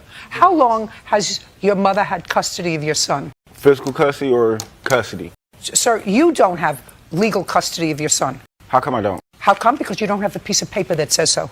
Neither does she. She doesn't have to. She has physical custody. Exactly. Possession is 9/10 of the law, so you don't have Correct. custody either. Just to answer my question, how Okay. long has your mother had custody of the... There's only one star here, and that's me. Okay. I hear How you. long has your mother had custody of your son? Since he was 2. And how old is he now? 10. Now, since you're couch hopping or sleeping or whatever you're doing, that suggests to me that you don't pay rent anywhere in a stable place. Is that correct? Correct. Do you own a vehicle? No. Do you have a job? Correct. Yes. What kind of job do you have? Chef. Sous chef. Where? In Atlanta, Georgia. Name of the Morton's. So you're a sous chef at Morton's in Atlanta. On which street? Because there are several. Downtown. I think it's Peach Street. How long have you been the sous chef at Morton's downtown? About 6 months. Well, Morton's is a large company, so they pay by check. Correct. How is his son supported? I support him. No. Do you get any assistance for him? I get grandparent benefits. You get grandparent benefits because you have him through a foster grandparent program? I have him through the state of Missouri, yes. Right. So the state sends money for him. Is that correct? They send me, no, not cash. I don't get cash. I get food stamps. For him? Yes, ma'am. Plus I work. That's fine. But you don't get any money from him. No, ma'am. Right. Well, now we're going to get you some money from the state of where are you living now? Georgia. Georgia. Now, he is a sous chef in Atlanta at Morton's. Pay attention, who's ever listening. All they have to do is garnish his check, and then you'll get some money from him. You have a repair bill for the car? Yes, ma'am. You know you're partially responsible for that. You understand that you let him drive an uninsured vehicle. You let him drive an uninsured vehicle, and he is responsible, but so are you. I'm not going to hear anymore. I'm just going to take a look at the car and take a look at the bill. How much is your check every 2 weeks from Morton's, Mr. Whitmore? It's not an answer. About $650, $700. And you have no rent, so that's fine. Where is the bill to repair it? You have it. That's it right there. That's $312? No, it's at the bottom. $3,012. Was it fixed? No, ma'am. It's in the shop. I dropped it off at the shop. Mm-hmm. Okay. Looks like $3,000 worth of damage. Judging for the plaintiff in the amount of $1,500. We're done. Thank you. He asked for permission to use the car, and I told him no. I'm really just happy it's all over with. He took the car while I was asleep. It caused a big rift between me and my mom, so I usually sleep with him under the pillow, but I didn't. I'm just happy it's all said and done. He has many of them. I don't know which one this one was. I use an alias, yeah. So when we looked him up, and I said, well, there he is right there. She was like, oh, no, that's not him. That's such and such. Who wants to go to jail? No, ma'am, that's my son. Just pretty much do the right thing. You can't keep skating by. You have to assume responsibility for what you did.